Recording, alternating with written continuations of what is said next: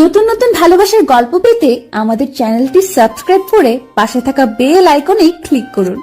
ধন্যবাদ।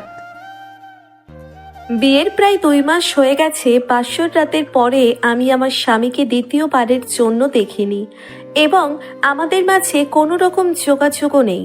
নিজের প্রিয় বান্ধবীর এমন জটিল স্বীকারোক্তি পেয়ে স্তব্ধ হয়ে গেল আশা। তোর শ্বশুর শাশুড়ি এই নিয়ে কিছু বলেনি? কি বলবে? শিমু প্রশ্নের বদলে প্রশ্ন করায় কিছুটা রুষ্ট হলো আশা। মেয়েটা চিরকালই এমন, কখনো কোনো কিছু পরিষ্কার করে বলে না। দেখ শিমু, তোদের মধ্যে কি কিছু হয়েছে? আমি এইসব কিছুই জানি না আশা। লোকটাকে আমি বিয়ের আগে মাত্র একবার দেখতে পেয়েছিলাম। তুই তো জানিস ঘরোয়াভাবে আমাদের বিয়েটা সম্পন্ন হয়। আমরা একে অপরকে যেখানে ভালো করে চিনতাম না সেখানে ঝামেলা কেমন করে হবে বলতো? তুই আঙ্কেল আন্টিকে এই ব্যাপারে কিছু বলিসনি? না, এখনো কিছু বলিনি। বিয়ের পরে ফিরুনিতে আমার স্বামী না গেলেও আমার শাশুড়ি আমাকে নিয়ে যায়।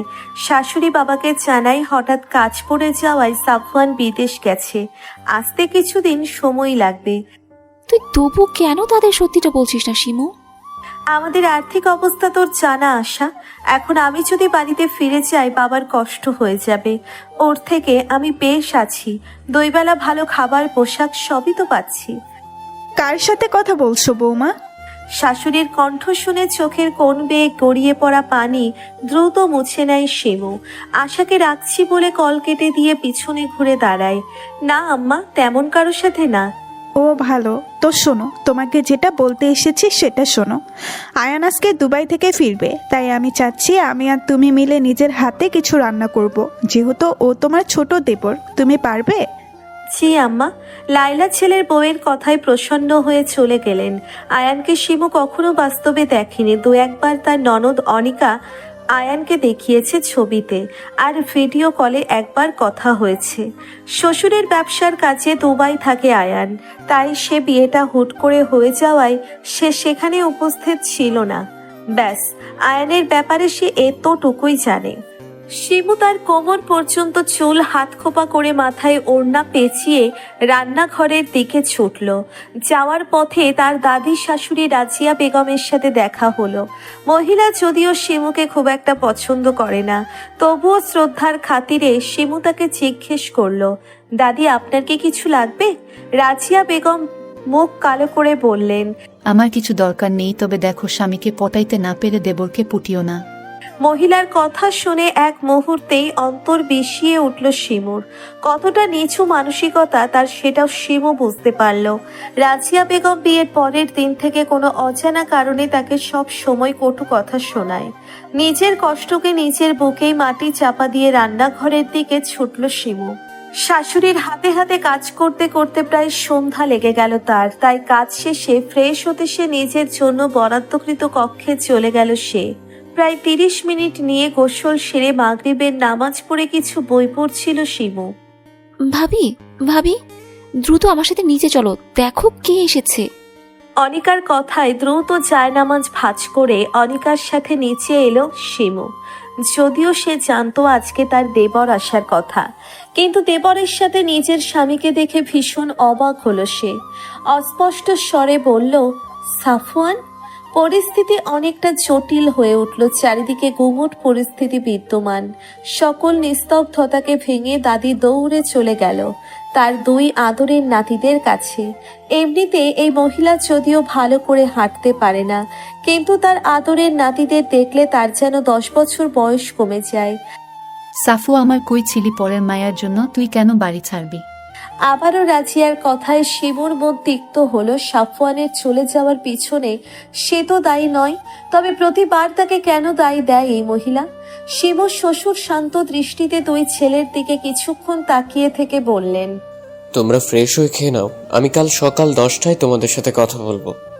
শিমুর শ্বশুর আলতাফ শান্ত মস্তিষ্কের একজন ব্যক্তি, তাই তিনি এই জটিল পরিস্থিতি সামাল দেবার জন্য কিছুটা সময় নিলেন। আলতাফ তার কথা শেষ করে নিজের কক্ষে চলে গেলেন। লাইলা বেগম বুঝতে পারলেন তার স্বামী তার ছেলের প্রতি ভীষণ রাগান্বিত, কিন্তু সাফওয়ান ক্লান্ত থাকায় কিছুই বললেন না। তার ছেলে যতই অপরাধ করুক না কেন, শিমুর নিজেকে এখানে বড্ড বেমানান লাগছে।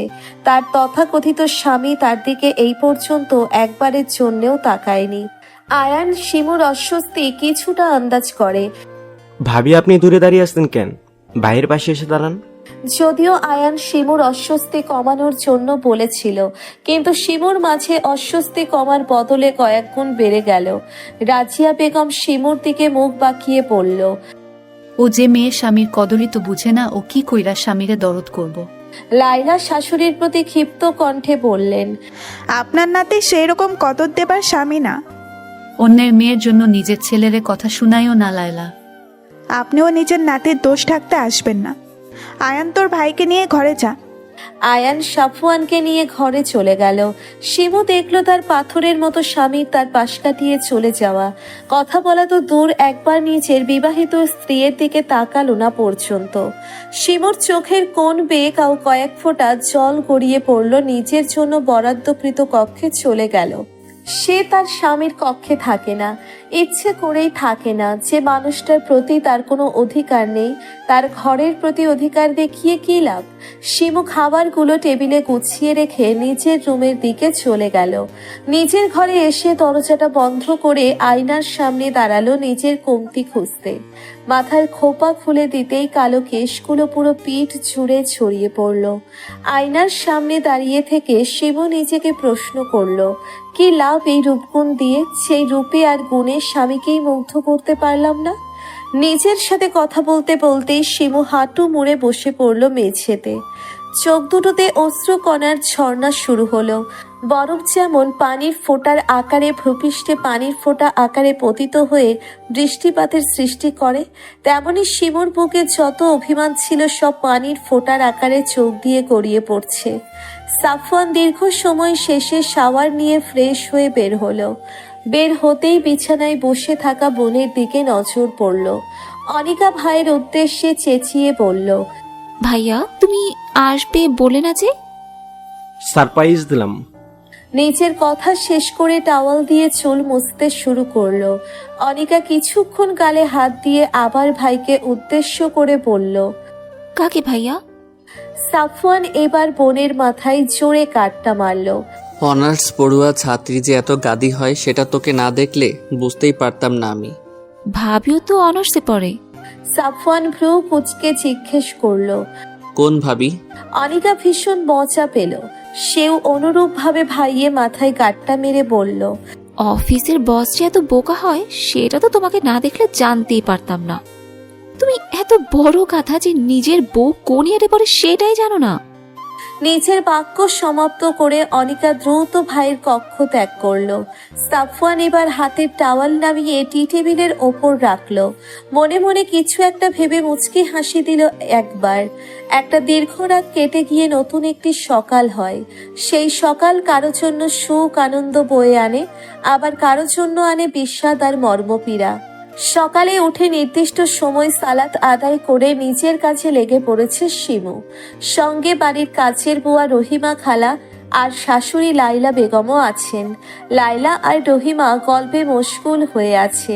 শিমু টুকটাক তাদের কথা শুনছে আর কাজ করছে।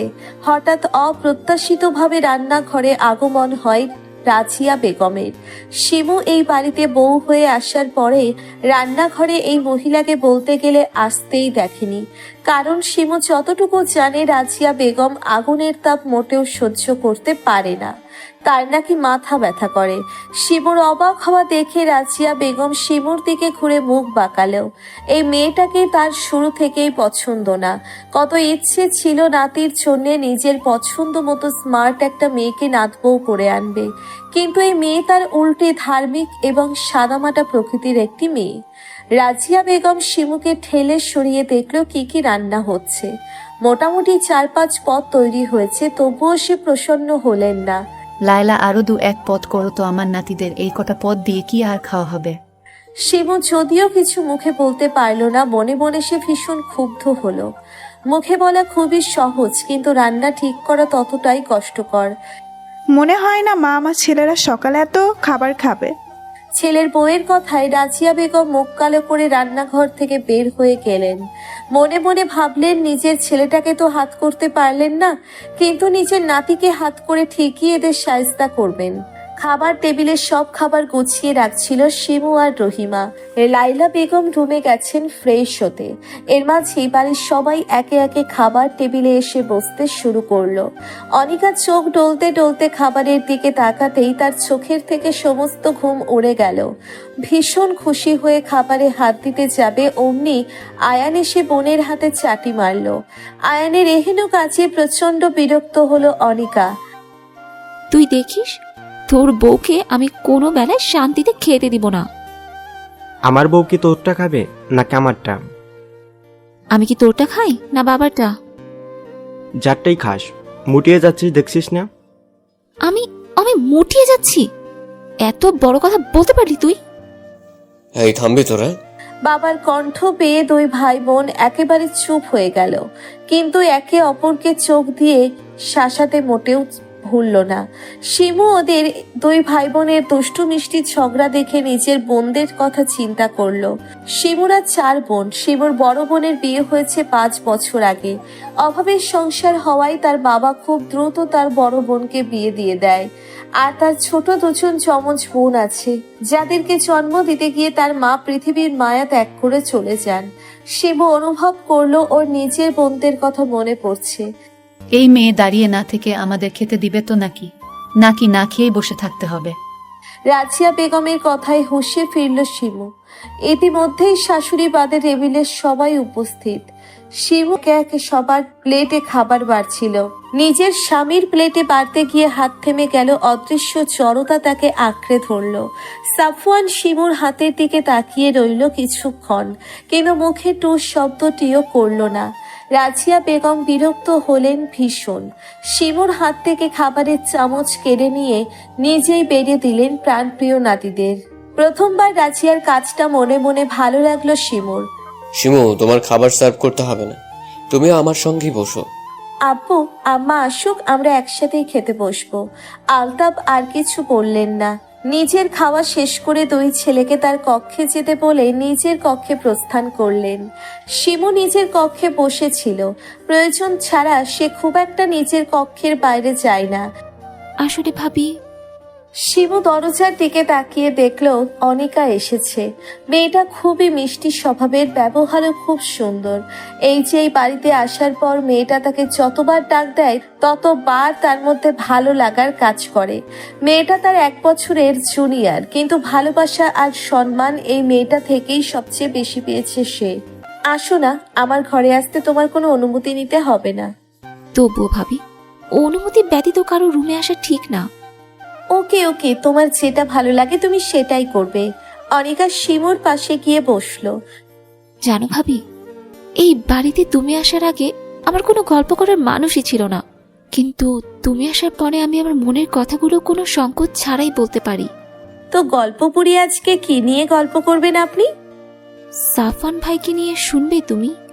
শিমুর হাসি মাখা মুখটা এক মুহূর্তেই মলিন হয়ে গেল। এই লোকটা তার মনের কোণে শুধু ঘৃণারই সৃষ্টি করেছে। তার জানা মতে কোনো আদর্শবান পুরুষই বিয়ে করে বউকে একা ফেলে চলে যাবে না। এর ফলে সেই মেয়েটাকে কতটা কষ্ট পোহাতে হয় সেটা শুধু সেই জানে। শিমুর থেকে কোনো উত্তর না পেয়ে অনিকা বুঝতে পারল সে ভুল জায়গায় ভুল কথা বলে ফেলেছে। যেটা করা তার মোটেও ঠিক হয়নি। তাই সে নিজের কথাকে অন্যদিকে ঘোরালো। সাফওয়ান ড্রয়িং রুমের সোফার কোলের উপর ল্যাপটপ নিয়ে বসেছিল। লাইলা নিজের ছেলের পাশে গিয়ে বসলেন। সে সাফওয়ানকে এখনো বুঝতে পারে না চেনা ছেলেটা কেমন অচেনা হয়ে গেছে। সকালে আলতাফ নিজের ছেলেদের সাথে প্রায় 2 ঘন্টা কথা বলছেন কি বলেছেন তার কিছুই লাইলা জানে না। তবে এটুকু জানেন তার ছেলেটা একটা মেয়ের প্রতি অন্যায় করছে। মেয়েটাকে নিজে পছন্দ করে নিজের ছেলের বউ করেছিল সে। কত আশা নিয়ে মেয়েটা এসেছিল এ বাড়িতে, কিন্তু কি পাচ্ছে মেয়েটা? মাকে লক্ষ্য করে নিজের কোলে থাকা ল্যাপটপটা বন্ধ করলো সাফওয়ান। মা কি নিয়ে কথা বলবে সাফওয়ান তার কিছুটা আন্দাজ করতে পারল। কোনো কিছু না বলেই মায়ের কোলে টানটান হয়ে শুয়ে পড়ল। ছেলে আচমকা কোলে শুয়ে পড়ার কিছুটা বিস্মিত হলো লাইলা। কিছু বলতে যাবেন তার মাঝেই সাফওয়ান মায়ের কাছে একটা আবদার করলো। মা, একটু আমার মাথায় হাত বুলিয়ে দাও না। ছেলের আবদার লাইলা বেগম ফেলতে পারলেন না। কিছুক্ষণ পিনপতন নিরাপত্তা চলল মা ছেলের মাঝে। নিরাপত্তা ভেঙে সাফওয়ান বলতে শুরু করলো। মা, আমি দুঃখিত, নিজের ভালো মন্দ এখন আমি বুঝতে পারিনি। নিজের তাড়াহুড়ায় নেওয়া ভুল সিদ্ধান্তকে সবসময় সঠিক মনে করেছি। নিজের মায়ের কথা অবজ্ঞা ও স্ত্রীকে অবহেলা করেছি। মা, আমি বুঝতে পেরেছি আমার করা চরম অন্যায়। নিজের কথা শেষ করে সাফওয়ান একটা দীর্ঘশ্বাস নিল। মা, তুমি বলতে না আয়ানের বিবেক বুদ্ধি কম, কিন্তু জানো মা, আয়ান খুবই বুদ্ধিমান একটা ছেলে। ও না বোঝালে আমি আমার চরম বোকামিটা করেই যেতাম। মা, আমি তোমাকে কথা দিচ্ছি, এর পরের থেকে আমি আর কোনো বোকামি করব না, প্রমিস। দেরি করে হলেও যে ছেলে সঠিকটা বুঝতে পেরেছে তার জন্য লাইলা বেগম প্রচন্ড খুশি হলেন। আমারও কিছুটা ভুল আছে। আমারও উচিত হয়নি তোমাকে বিয়ের জন্য ফোর্স করা, কিন্তু আমিও নিরুপায়। নিজের ছেলের ভালোর জন্য আমি স্বার্থপর হয়েছিলাম। বাবা, অতীত সবারই থাকে, কারো ভালো কারো আবার খারাপ। আমি চাই তুমি তোমার ওই পুরানো জরাজীর্ণ জীবনকে পেছনে ফেলে বর্তমান জীবনকে সুন্দর করে তোলো। ভাইয়া, এইটা কিন্তু ঠিক না। তুমি বইয়ের কোলও দখল করবে, আবার মায়ের কোলও দখল করবে, আর আমি এগুলো তাকিয়ে তাকিয়ে দেখব। আমার না হয় বইয়ের আদরের বয়স হয়নি, কিন্তু মায়ের আদরের তো বয়স আসতেন, তাই নয় কি? আয়নের কথা শুনে সাফওয়ান মাসের কোল থেকে উঠে আয়নের কান ধরলো। তোর এই ঠোঁট কাটা স্বভাব কবে যাবে বলতো? বউ এনে দিলেই চলবে। কি বললি? না মানে আর করব না, সরি। দুই ছেলের কাণ্ড দেখে লাইলা উচ্চস্বরে হেসে দিলেন। কে বলবে এরা বড় হয়ে গেছে? জীবন বড্ড ভয়ঙ্কর, নাটকের চেয়েও নাটকীয়, ভাবনার চেয়ে অভাবনীয়। সময়ের পরিক্রমায় আলো ছায়ায় মোড়া, কিছুটা আশা আর কিছুটা ভ্রম। জীবনের সংজ্ঞা কোনো ব্যক্তি নির্দিষ্টভাবে দিতে পারবে না, কারণ এটি অসমান্তরাল পথের বাঁকের মতো। তাই জীবনের সমীকরণকে সহজ ভাবা অন্যায়। রাতের আকাশ জুড়ে তারারা মিটিমিটি করে জ্বলছে, অপরূপ সৌন্দর্য ছড়াচ্ছে পুরো পৃথিবী জুড়ে। ছাদে দাঁড়িয়ে থাকা এক তরুণী নিজের ছোট জীবনের জটিল সব সমীকরণ মেলাতে ব্যস্ত, কিন্তু বেলা শেষে সে হতাশ। রাতের শীতল পরিবেশ অনুভব করার জন্যে সাফওয়ান আর আয়ান ছাদে এসেছিল। হঠাৎ তাদের দুজনের চোখ পড়ল সাদা ওড়না মাথায় মোড়ানো একজন নারী অবয়বের দিকে। আয়ানকে হতে পারে বুঝতে পেরে নিঃশব্দে ছাদ থেকে প্রস্থান করে। ভাইয়ের উপস্থিত বুদ্ধি দেখে সাফওয়ান মনে মনে খুশি হয়। এবার পূর্ণ দৃষ্টি দেয় সামনে থাকা নারী অবয়বের দিকে। সেই নারী নিজের ভাবনা নিয়ে এতই বেশি বিভোর যে ছাদে সে ব্যতীত যে অন্য কেউ উপস্থিত আছে সে সম্পর্কে তার কোনো ধারণা নেই। সাফওয়ান তার অর্ধাঙ্গিনীর দিকে কিছুক্ষণ তাকিয়ে রইল, অতঃপর মনের সব সংকোচ ভুলে প্রশ্ন করল, এত রাতে ছাদে একা কি করছেন? শিমু প্রথমে পুরুষালী কণ্ঠ পেয়ে কিছুটা ভরকে গেল। মাথা ঘুরিয়ে পিছনে ঘুরতেই তার নিঃশ্বাসের ক্রমশ বেড়ে গেল। হাত পা জড় বস্তুর ন্যায় স্থির হয়ে গেল। নিজেকে স্বাভাবিক করতে শিমু কয়েকবার চোখের পলক ফেলল। কিছুটা স্বাভাবিক হতেই সাফওয়ানকে নিজের দিকে এগিয়ে আসতে দেখে শিমুর মনে হলো তার বুকের মধ্যে কে যেন ঢাক ঢোল বাজাচ্ছে। সাফওয়ান শিমুর অস্বস্তি কিছুটা বুঝতে পারল, তবুও সে নির্বিকার হয়ে নিজের অর্ধাঙ্গিনীর সামনে চলে আসলো। শিমুর নিজেকে কেমন শূন্য শূন্য মনে হচ্ছে সে এখনই ঢলে পড়বে। সে তো এতটা দুর্বল নয়, আর তার অস্বাভাবিক হবার কারণই বা কি? কিন্তু নিজেকে প্রশ্ন করে শিমু কোনো উত্তর পেল না। তবু প্রাণপণ নিয়ে চেষ্টা করলো নিজেকে স্বাভাবিক করতে। সাফওয়ান মুখ আরো কিছুটা সামনে নিয়ে আসলো। শিমুর ছোট ছোট চুলগুলো বারবার মুখে এসে পড়ছে। সাফওয়ান সন্তর্পণে শিমুর চুলগুলো কানের পিঠে গুজে দিল। সাফওয়ানের মুখ জুড়ে একরাশ মুগ্ধতা ছড়িয়ে পড়ছে। এই মাইয়া, তুই এত রাতে ছাদে কেন আইছস? দাদের ক্রমশ কণ্ঠ পেয়ে সাফওয়ান শিমুর থেকে দূরে সরে দাঁড়ালো। তার চোখ মুখে কিছুটা বিরক্ত ফুটে উঠেছে দাদিকে দেখে, কিন্তু শিমু ছাড়া পেয়ে এক দৌড়ে নিচে চলে গেল। রাজিয়া বেগম বিরক্ত হলেন, ভাগ্যিস সে সময় মতো এসেছে, না এলে কি হতো কে জানে। সাফু দেখলা কেমন মাইয়া? সাফওয়ান কিছু না বলে দাদিকে পাশ কাটিয়ে চলে গেল। তার দাদির প্রতি রাগ রাগ লাগছে। শিমু নিজের কক্ষে এসে সঙ্গে সঙ্গে দরজা আটকে দিল। তার কেমন সব অজানা অনুভূতি হচ্ছে, কিন্তু তার তো রেগে যাওয়া উচিত ছিল। নিজের করা কাজেই হতভম্ব হয়ে গেছে সে। কতদিন সে চিন্তা করেছে লোকটাকে সামনে পেলে নিজের সকল কষ্ট ছেড়ে দেবে, কতগুলো কড়া করে কথা শোনাবে, কই সে তো পারল না। নিজের প্রতি ভীষণ রাগ লাগছে এবার শিমুর। আসবো শিমু? শিমু বিছানা গোছাচ্ছিল, হঠাৎ শাশুড়ির শব্দ পেয়ে সে শাশুড়ির দিকে ঘুরল। এত সকালবেলা শাশুড়িকে নিজের কামরায় দেখে কিছু অবাক হলো। জি আম্মা, আসুন। লাইলা বেগম এসে খাটের পাশে রাখা আরাম কেদারায় বসলেন। শিমু, তুমি তো অনেক দিন হলো বাড়ি থেকে এসেছো, প্রায় 1.5 মাস হলো। আমি চাচ্ছিলাম তুমি কিছুদিনের জন্য তোমার বাবার বাড়ি থেকে ঘুরে এসো। শিমু এখন এমন কথা যদিও শাশুড়ির থেকে আশা করেনি, কিন্তু তার চিত্ত আনন্দিত হলো। কতদিনের পর নিজ বাড়িতে যেতে পারবে ভেবে ভেতরে ভেতরে খুশির ঢেউ শুরু হলো, কিন্তু শিমু সেটা প্রকাশ করলো না। আচ্ছা, তুমি বিকেলে তৈরি থেকো, সাফওয়ান তোমাকে নিয়ে যাবে। সাফওয়ানের সাথে যাবে ভাবতেই শিমুর সর্বশরীর শিউরে উঠল, কিন্তু শাশুড়িকে সে কিছুই বলল না। সম্মতি সূচক অর্থে নিজের মাথা ঝাঁকালো। লাইলা বেগম নিজের কাঙ্ক্ষিত উত্তর পেয়ে খুশি হলেন। শাশুড়ি চলে যেতেই শিমু নিজের সাথে হিসেব নিকেশ করতে বসলো। অনেক ভেবে চিনতে পেল সাফওয়ান তো তার সাথে যাবে ঠিকই, কিন্তু সে আবার পুনরায় চলেও আসবে তাকে রেখে, কারণ এত বড়লোকের ছেলে তার মতো গরিবের বাড়িতে গিয়ে থাকতে পারবে না। শহরের সমান পিচঢালা রাস্তা পেরিয়ে গাড়িটা গ্রামের মাটির রাস্তা ধরেছে। সাফওয়ান ড্রাইভিং সিটে বসে ড্রাইভ করছে, আর শিমু গাড়ির সামনে দিয়ে গ্রামের দৃশ্য অবলোকন করছে। দুজনের মাঝে মধ্যে প্রগাঢ় নিস্তব্ধতা। মাঝে মধ্যে সাফওয়ান লুকিং গ্লাসে 2-1 বার পিছনে তাকাচ্ছে, আবার ড্রাইভিং করাই মনোযোগ দিচ্ছে, কিন্তু দুজনের কেউই নিরাপত্তা ভেঙে কোনো কথা বলছে না। এরকম পিনপতন নিরাপত্তা আরো কিছুক্ষণ চলল। অবশেষে সাফওয়ান শিমুকে জিজ্ঞেস করলো, আপনার গ্রামটা কিন্তু অনেক সুন্দর। শিমু শুধু মুখ দিয়ে হুম উচ্চারণ করলো। আচ্ছা, আপনি কি কথা বলতে পারেন না? শিমু এবার সাফওয়ানের দিকে ভ্রুকুচকে তাকালো। সাফওয়ান মেকি হাসি দিয়ে বলল, আসলে আপনি তখন থেকে চুপচাপ বসে আছেন তাই বললাম। শিমু এখনো কোনো উত্তর দিল না। একরাশ বিরক্ত নিয়ে অন্যদিকে মুখ ফিরিয়ে রাখলো। সাফওয়ান একটু হতাশ হলো, বুঝতে পারলো এই মেয়ে এত সহজে গলবে না। দুজনের মধ্যে আবারও নিস্তব্ধতা নেমে এলো। গাড়ি ছুটলো আবার নিজ গন্তব্যে।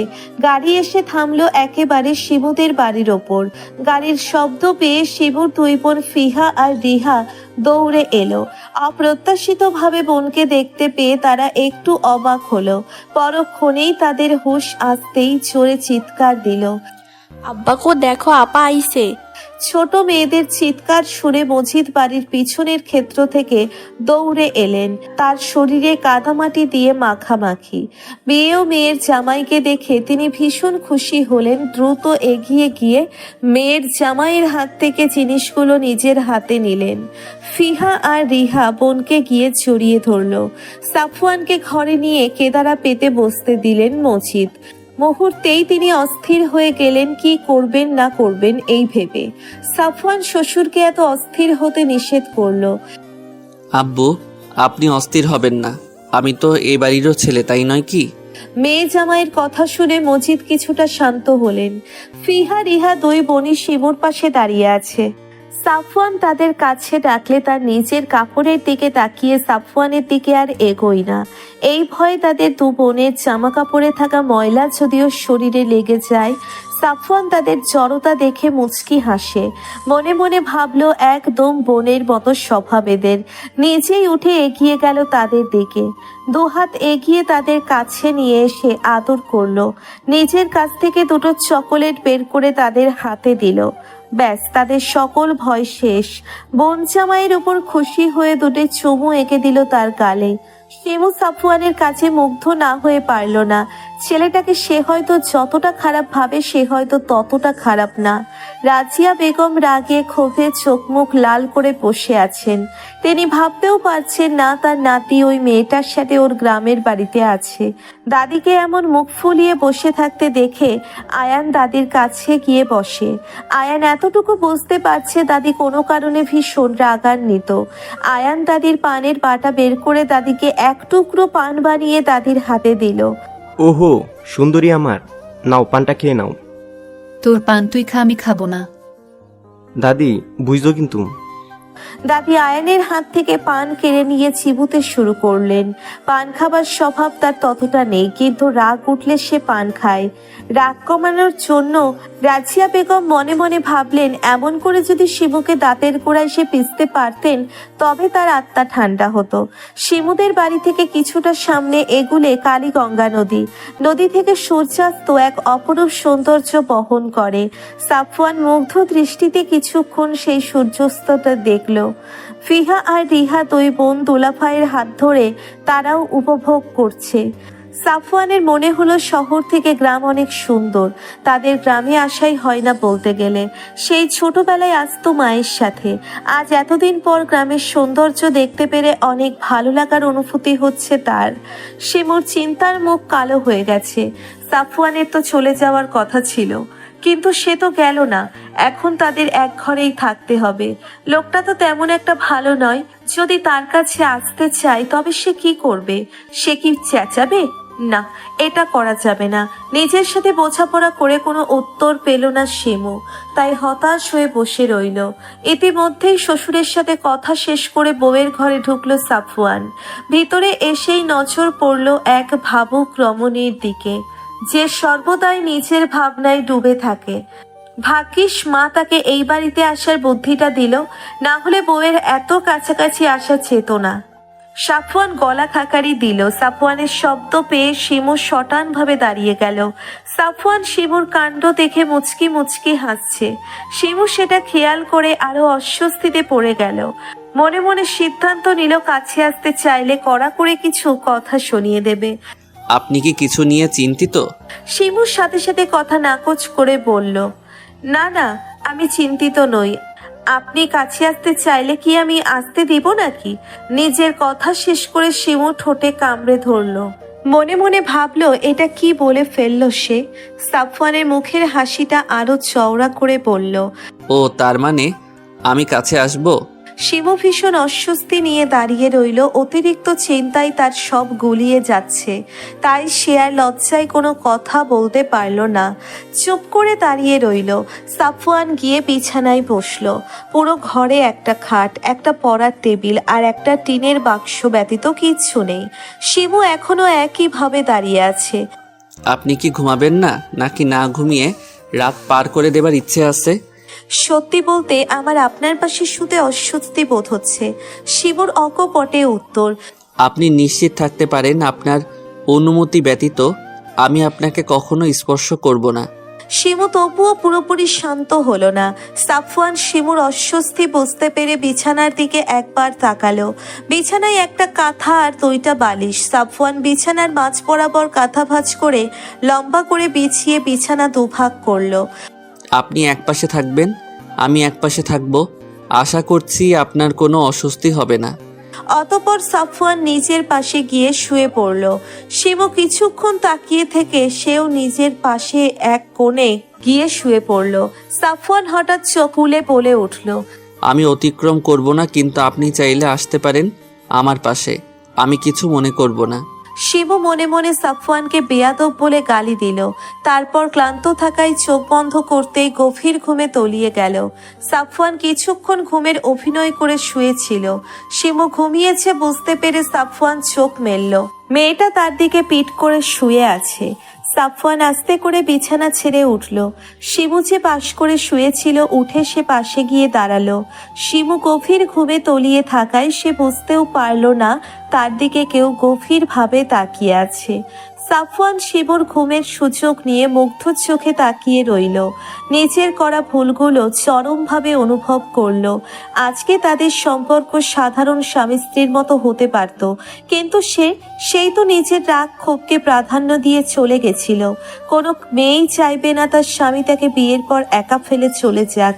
মেয়েটার সাথে এটুকু সময় থেকে সে যতটুকু বুঝতে পেরেছে, মেয়েটা ভীষণ চাপা স্বভাবের, বুক ফাটবে কিন্তু মুখ ফুটবে না। সাফওয়ানের খুব ইচ্ছে করলো নিজের হাত বাড়িয়ে শিমুর গাল স্পর্শ করার, কিন্তু পরক্ষণেই নিজের করা ওয়াদার কথা মনে করে হাত সরিয়ে নিল। সব যখন সেই শুরু করেছে তখন সেই শিমুর ভালোবাসা জয় করে নেবে, এতে যতই তার কাঠখড় পোড়াতে হোক না কেন তাকে। সকালে আজানের আওয়াজ পেয়ে ঘুম ছুটে গেল শিমুর। নিজের দিকে তাকাতেই অবাক হলো তার শরীরে কাঁথা দিয়ে জড়ানো। সাফওয়ান নিজের নির্দিষ্ট জায়গায় ঘুমিয়ে আছে। নিজের স্বামীর দিকে একবার গভীর দৃষ্টিতে তাকালো শিমু। ফর্সা মুখে কালো কালো ছোট ছোট চাপদাড়িতে ভীষণ সুন্দর লাগছে ছেলেটাকে। কিছুক্ষণ সাফওয়ানের মুখের দিকে তাকিয়ে থেকে কি করছিল বুঝতে পেরে নিজেকে গালি দিতে দিতে অচু করতে ঘর থেকে বেরিয়ে গেল। টিনের ফাঁক ফোকর দিয়ে রোদের আলো এসে পড়ছিল সাফওয়ানের ওপর। সেই আলোতেই সাফওয়ানের ঘুম ভেঙে গেল। সাফওয়ান আশেপাশে তাকালো একবার, শিমু ঘরে নেই। সাফওয়ান বিছানা থেকে উঠে ঘর থেকে বাহিরে বের হলো। তার ছোট দুই শালিকা হাতে বল নিয়ে দৌড়াদৌড়ি করছে। শিমু রান্না করছে রান্নাঘরে, আর ওর শ্বশুর এটা ওটা এগিয়ে দিচ্ছে। সাফওয়ান অনুভব করলো তার শাশুড়ি থাকলে হয়তো তার আদরটা আরো কয়েক গুণ বেড়ে যেত। সাফওয়ান শালিকাদের কাছে গেল। ফিহা আর রিহা সাফওয়ানকে কাছে পেয়ে বায়না করলো তাদের সাথে বল খেলতে। সাফওয়ান তাদের অনুরোধ ফেলতে পারল না। তাদের সাথে খেলতে খেলতে বলটা একটু ঝোপের আড়ালে চলে গেল। ফিহা রিহা আনতে যেতে চাইলে সাফওয়ান তাদের রেখে নিজেই বল আনতে গেল। ঝোপঝাড় নিয়ে নিচু হয়ে বল আনতে গিয়ে ভুলবশত ঝোপঝাড়ের কাটা পরনের শার্ট ভেদ করে পিঠে ঢুকে গেল। ব্যথায় মুখ থেকে আহ শব্দ বের হয়ে এলো সাফওয়ানের। তবুও কষ্ট করে বলটা উদ্ধার করে শালিকাদের হাতে ধরিয়ে দিল। রিহা রক্ত দেখে ভয় পেয়ে চিৎকার করে উঠল। দুলাভাই রক্ত। রিহার চিৎকার শুনে শিবু দৌড়ে এলো। দেখলো সাফওয়ানের পিঠ থেকে শার্ট ভেদ করে রক্ত বেরুচ্ছে। শিবু দ্রুত এগিয়ে গেল সাফওয়ানের দিকে। শার্টটা খুলেন। আমার তেমন ইনজুরি হয় নাই তো। চুপ করুন তো, আপনি কি কোনোভাবে শার্ট খুলতে লজ্জা পাচ্ছেন নাকি? সাফওয়ান ভাবলো সে কি মেয়ে নাকি লজ্জা পাবে। সাফওয়ান এক টানে শার্ট খুলে ফেললো। শিমু দেখলো এক জায়গায় কাটা ফুটে গেছে, আর একটা জায়গায় বেশ অনেকটা আঁচড় লেগেছে। শিমু দ্রুত কাটা টান দিয়ে বের করলো। সাফওয়ান ব্যথায় চোখ মুখ কুঁচকে নিল। অতঃপর শিমু কাটার জায়গা পরিষ্কার করে মলম লাগিয়ে দিল। আপনি ঝোপঝাড়ের ভিতরে কেন গেছিলেন? দেখতেই তো পাচ্ছেন ওখানে বেলের কাটা আর খেজুরের কাটা রাখা। সাফওয়ান চোখ বড় বড় করে তাকালো। বেলের কাটার খেজুরের কাটার ভয়াবহতার কথা শুনেছে সে, আজকে প্রত্যক্ষদর্শীও হলো। শিমুর এবার সাফওয়ানের উন্মুক্ত বুকের দিকে নজর গেল। শার্টলেস বুকে বলতে গেলে তেমন একটা লোম নেই, বেশ আকর্ষণীয় লাগছে দেখতে। শিমু অন্য দিকে ঘুরে ঢোক গিলল, মনে মনে বলল, লোকটা কি জিম করে নাকি? সাফওয়ান শিমুর চোখ ঘুরিয়ে নেওয়া দেখে মনে মনে হাসলো। ভাবলো, বউ যদি এত আদর করে মেডিসিন লাগিয়ে দেয় তবে একটু একটু ব্যথাতে কিছুই হয় না। ফিহা আর রিহা অসহায়ের মতো বোন জামাইয়ের দিকে তাকিয়ে আছে। এই ভেবে তাদের কারণে তাদের দুলাভাইকে এত কষ্ট পোহাতে হচ্ছে। মানুষ সামাজিক জীব, মানুষ একাকী জীবন যাপন করতে পারে না, তার জন্যেই গড়ে ওঠে পরিবার। পরিবারের মানুষগুলো একে অপরের সাথে গভীর বন্ধনে আবদ্ধ থাকে, কিন্তু সেই বাঁধন ছেদ করে মেয়েদের চলে যেতে হয় শ্বশুর বাড়ি। এক মুহূর্তে পর হয়ে যায় নিজের পরিবার, আর শুরু হয় অন্য পরিবারের সাথে মানিয়ে চলা। এই জটিল সময়টাতে প্রত্যেকটা মেয়ের সাথে তার স্বামীর ভালোবাসাটা থাকা প্রয়োজনীয়। গাড়িতে চুপ করে মন খারাপ করে বসে আছে শিবু। ভেবেছিল এতদিন পর বাড়িতে এসেছে কিছুদিন থাকতে পারবে, কিন্তু আফসোস সেটা আর হলো না। সকালে আয়ান ফোন করেছিল, বলল দাদি নাকি বাথরুমে পড়ে গিয়েছে। যার ফলে পায়ে ভীষণ ব্যথা পেয়েছে। সাফওয়ানকে বারবার নাকি দেখতেও চাইছে, তাই এত তাড়াহুড়ো করে চলে আসা। শিবুর ইচ্ছে করছিল না বাবা আর ছোট দুই বোনকে ফেলে আসতে। বাবার একাকী এই বয়সে থাকাটা অনেক কষ্টের, তারপরে তার ছোট দুই বোন ও মায়ের আদর থেকে বঞ্চিত। কত বলেছে বাবাকে, বাবা আর একটা বিয়ে করো, কিন্তু বাবা মানতে নারাজ। কালকে রাতে সাফওয়ানও কথায় কথায় বলছিল, আব্বু, আপনার একজন সঙ্গীর প্রয়োজন। ফিহা রিহারও একজন মায়ের প্রয়োজন। মজিদ একগাল হাসি দিয়ে বলেছিল, বাবা, ভালোবাসার মানুষটার জায়গা তার জন্য একান্তই তোলা থাকে। তুমি যদি তাকে গভীরভাবে ভালোবাসো, তার অনুপস্থিতিতেও তোমার কখনো একা মনে হবে না, মনে হবে সে তোমার আশেপাশে আছে। আর ফিহা রিহার কথা বলছো, ওদের জন্য আমি মা আনতেই পারি, কিন্তু সেই মা যে ওদেরকে ভালোবাসবে তার কি গ্যারান্টি আছে? তার আমার কোনো সঙ্গীতের প্রয়োজন নেই। এক জীবনে যার সঙ্গ পেয়েছি তাকে ভেবে ভেবেই চলে যাবে আমার। সাফওয়ান মুগ্ধ হয়ে শোনে তার শ্বশুরের কথা। ভালোবাসা যে কতটা সুন্দর, শুধুমাত্র যে ভালোবাসতে জানে সেই এর প্রকৃত অর্থ বুঝতে পারে। আর স্বামী স্ত্রীর মাঝে যে ভালোবাসা থাকে সেটা হয় পবিত্র, যার মাঝে রয়েছে অন্যরকম প্রশান্তি। শিবুর চিন্তা ভাবনার মাঝেই গাড়ি এসে থামলো সাফওয়ানদের বাড়ির সামনে। সাফওয়ান নিজ স্ত্রীর দিকে একবার তাকিয়ে গাড়ি থেকে নেমে গেল। শিবুও বেরিয়ে এলো গাড়ি থেকে। দুজনে একসাথে ভিতরে আসলো। কলিং বেল চাপতেই রহিমা খালা এসে দরজা খুলে দিল। সাফওয়ান ভিতরে আসতেই দেখলো দাদি সোফার উপর পা টান টান করে বসে আছে, পায়ে ব্যান্ডেজ করা। সাফওয়ান এগিয়ে গিয়ে দাদির পায়ের কাছে বসলো। কেমন আছো এখন? দাদি কাঁদো কাঁদো হয়ে উত্তর দিল, এই তো যা দেখছিস। বাথরুমে পড়ে গেলে কি করে? কিভাবে যে পড়ে গেলাম। ও, তাহলে তুমি রেস্ট করো, আমি এখনই ফ্রেশ হয়ে আসছি। শিমু গুটিসুটি মেরে এক কোণে দাঁড়িয়েছিল। মনে মনে ভাবলো মহিলাটা যতই খারাপ হোক, ব্যথা যেহেতু পেয়েছে তার একবার জিজ্ঞেস করা উচিত। শিমু কাছে গিয়ে দাদি বলে ডাক দিল একবার। রাজিয়া বেগম অন্যদিকে মুখ ঘুরিয়ে নিলেন, যেন সবকিছুর জন্য শিমু দায়ী। শিমু কিছুটা অপমান বোধ করলো, আর কিছু না বলে নিজের ঘরে ফ্রেশ হতে যাবে, অমনি শাশুড়ি কোথা থেকে এসে ছুটে আসলো। শিমু, ওইদিকে কই যাচ্ছ? জি আম্মা, ফ্রেশ হতে যাচ্ছি। ওইদিকে না, তুমি সাফওয়ানের ঘরে যাও, আমি তোমার সবকিছু ওই ঘরেই রেখে এসেছি। কিন্তু আম্মা। আমি আশা রাখছি তুমি আমার উপরে কোনো কথা বলবে না। দাদি মুখ বাঁকিয়ে ব্যঙ্গ করে বলল। আদিক্ষেতা। লাইলা বেগম তার কথায় কোনো পাত্তা দিলেন না। শিমু গুটি গুটি পায়ে সিঁড়ি ডিঙিয়ে সাফওয়ানের কক্ষে দরজার সামনে গেল। দরজা খোলাই আছে, তবুও শিবু দরজার খটখট আওয়াজ করলো। সাফওয়ান ভিতর থেকে আওয়াজ দিয়ে বলল, ভিতরে আসো। শিমু জানে এটা তাকে উদ্দেশ্য করে বলা হয়নি, তবুও সে ভিতরে গেল। সাফওয়ান বাথরুমে আছে, সেখান থেকেই পানির শব্দ আসছে। শিমু পুরো ঘরে চোখ বুলালো, অতঃপর তার নজর পড়ল ঘরের এক কোণে রাখা লাগেজগুলোর দিকে, যেখানে লাইলা তার পোশাক জিনিসপত্র রেখে গেছে। গুটি গুটি পায়ে সেদিকে এগুলো। লাগেজ খুলে একটা হালকা গোলাপি রঙের 3 পিস বের করলো। এর মাঝেই দরজা খোলার শব্দ এলো। শিমু দ্রুত পিছনে ঘুরলো। সাফওয়ান দাঁড়িয়ে আছে আর তার দিকে হাঁ করে তাকিয়ে আছে। তাকে দেখেই মনে হচ্ছে সে এখানে শিমুকে দেখবে ভাবতেও পারেনি। পরনে একটা জিন্সের প্যান্ট আর কালো রঙের গেঞ্জি, আর কাঁধে টাওয়াল। চুল দিয়ে টপ টপ করে পানির ফোঁটা পড়ছে। শিমু উঠে দাঁড়িয়ে নিজের লাগেজগুলোর দিকে ইশারা করে বলল, আম্মা বলেছে আজ থেকে এই রুমে থাকতে। সাফওয়ান লাগেজগুলোর দিকে তাকালে সে এগুলো কিছু খেয়াল না করেই ওয়াশরুমে চলে গেছিল। মনে মনে মায়ের সিদ্ধান্তে খুশি হলেন, কিন্তু শিমুকে কিছু বুঝতে দিলেন না। চুপচাপ রুম থেকে বেরিয়ে গেল। শিমু তার যাবার দিকে তাকিয়ে ভাবল, লোকটা কি তার এই ঘরে আসাতে বিরক্ত হয়েছে? সাফওয়ান নিজের রুম থেকে বেরিয়েই মায়ের কাছে চলে গেল।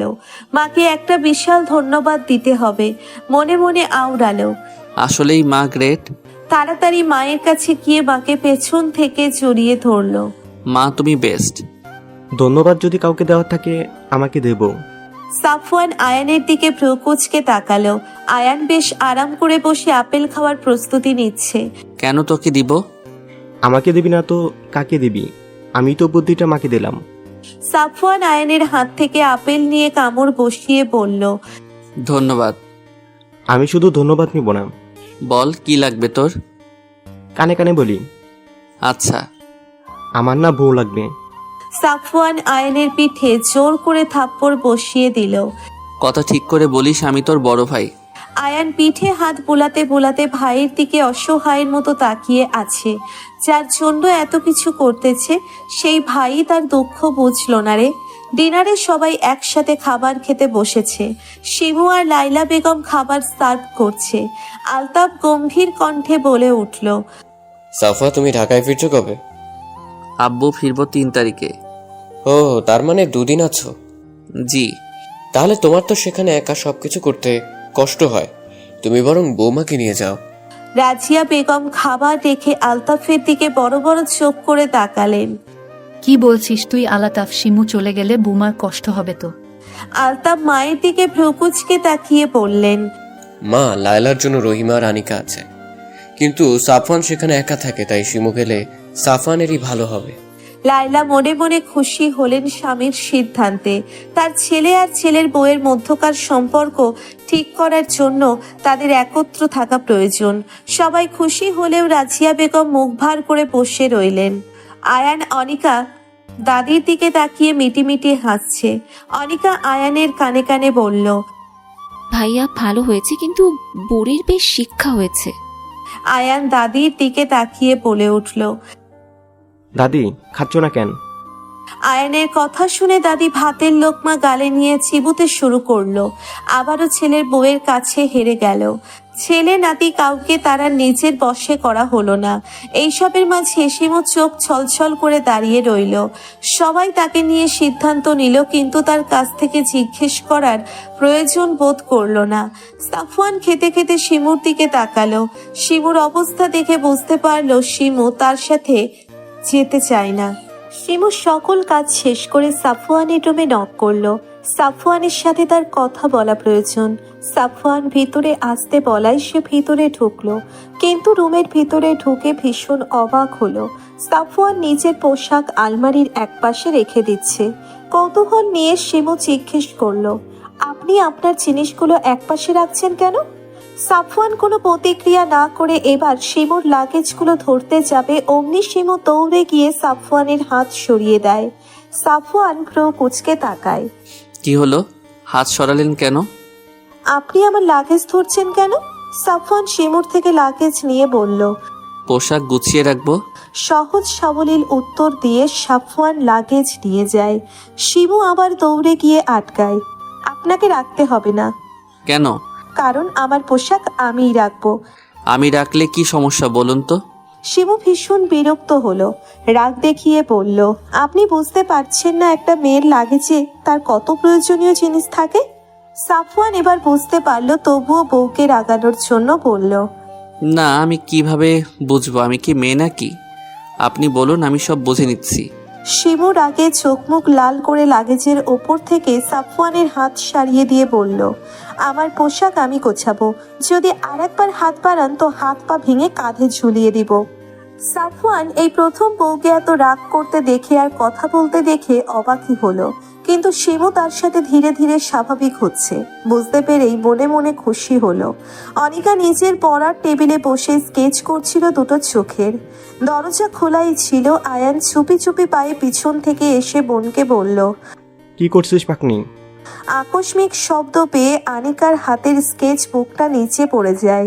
অনিকা দ্রুত স্কেচ বুকটা তুলতে যাবে, অমনি আয়ান বুকটা নিচের হাতে তুলে নেয়। হাত দিয়ে নাড়িয়ে নাড়িয়ে দেখে বলল, কি বলতো, প্রেমপত্র লিখছিস নাকি? তুমি দাও তো খাতাটা। স্কেচ বুকে কি কেউ প্রেমপত্র লিখতে পারে নাকি? পারে পারে, মানুষ চাইলে সবই পারে। আয়ান খাতাটা খুলতে যাবে, অমনি দ্রুত অনিকা খাতা কেড়ে নিতে চায়, কিন্তু আয়ান খাতা দেয় না। বোনের থেকে লম্বা হওয়ায় বোনকে এক বাহুর চিপায় আটকে রাখে। অতঃপর খাতার পৃষ্ঠা উল্টাতে থাকে। উল্টাতে উল্টাতে একটা পৃষ্ঠায় গিয়ে চোখ আটকে যায়। একজোড়া চোখ চেনা চেনা লাগছে, কিন্তু চিনতে পারছে না। অনিকা কোনো রকমে আয়ানের কাছ থেকে ছুটে হাত থেকে খাতাটা কেড়ে নেয়। ভাইয়া, তুমি যে এমন করে আমাকে জ্বালাও, দোয়া করি তোমার বউ তোমাকে জ্বালিয়ে পুড়িয়ে ছাড়খাড় করে দিবে। তা যাই করুক, একটা বউ হলেই চলবে আমার। শিমু সাফওয়ানের মাঝে আজকে রয়েছে বিশাল কোলবালিশ। সাফওয়ানই রেখেছে এই ভয়ে যদি কিছু হয়ে যায়। যা মেয়ে পরে তার হাত পায়ে ভেঙে দিবে। কেটে গেছে 2টো দিন। সাফওয়ান শিমুর চলে যাবার সময় হয়ে গেছে। ইচ্ছে না থাকা সত্ত্বেও শিমুকে যেতে হচ্ছে। শিমুর যাবতীয় জিনিস গাড়িতে তুলছে ড্রাইভার চাচা। শিমু শাশুড়ির কাছে দাঁড়িয়ে আছে মুখ ভার করে, যেন সে টুপ করে চোখের জল গড়িয়ে পড়বে। অনিকাও মন খারাপ করে দাঁড়িয়ে আছে, তার ইচ্ছে করছে না ভাবিকে যেতে দিতে, কিন্তু ভাই ভাবির মাঝে যোজন যোজন দূরত্ব কমাতে তাদের একত্রে থাকাটা প্রয়োজন। আয়ান সাফওয়ানের সাথে দুষ্টুমিতে ব্যস্ত। অবশেষে সকলকে বিদায় দিয়ে সাফওয়ান আর শিমু গাড়িতে বসলো। দাদি তাদের যাওয়া দেখেও কিছু বলল না, শুধু মুখে অন্ধকার নামিয়ে বসে রইল। শিমুর চোখ এবার বাঁধ ভেঙে গেল, চোখ দিয়ে ফোঁটা ফোঁটা পানি পড়ছে আর ও হাতের সাহায্যে মুছে ফেলছে। সাফওয়ান নিজের রুমাল এগিয়ে দিল। শিমু সাফওয়ানের থেকে রুমালটা নিয়ে চোখ পরিষ্কার করলো। মুহূর্তের মাঝেই শিমুর চোখ মুখ লাল হয়ে গেল। প্রায় 3 ঘন্টার রাস্তা। আধা ঘন্টার মতো কান্না করে শিমু ঘুমিয়ে গেল। সাফওয়ান সন্তর্পণে শিমুর মাথা সাফওয়ানের কাঁধে রাখলো। মনে মনে ভাবলো মেয়েটার কত রূপ দেখবে সে, কখনো রুদ্রাণী, কখনো কান্নাবতী, কখনো আবার শান্ত নদীর মতো গভীর। এই মেয়ের প্রেমে পড়ার মতো হাজার কারণ আছে তার কাছে, তাই সে একটা কারণও মিস করবে না। সবগুলো কারণ দেখে তার প্রেম পুকুরে হাবুডুবু খাবে। সাফওয়ানের মনে একটা ইচ্ছে বারবার উকি ঝুঁকি দিচ্ছে।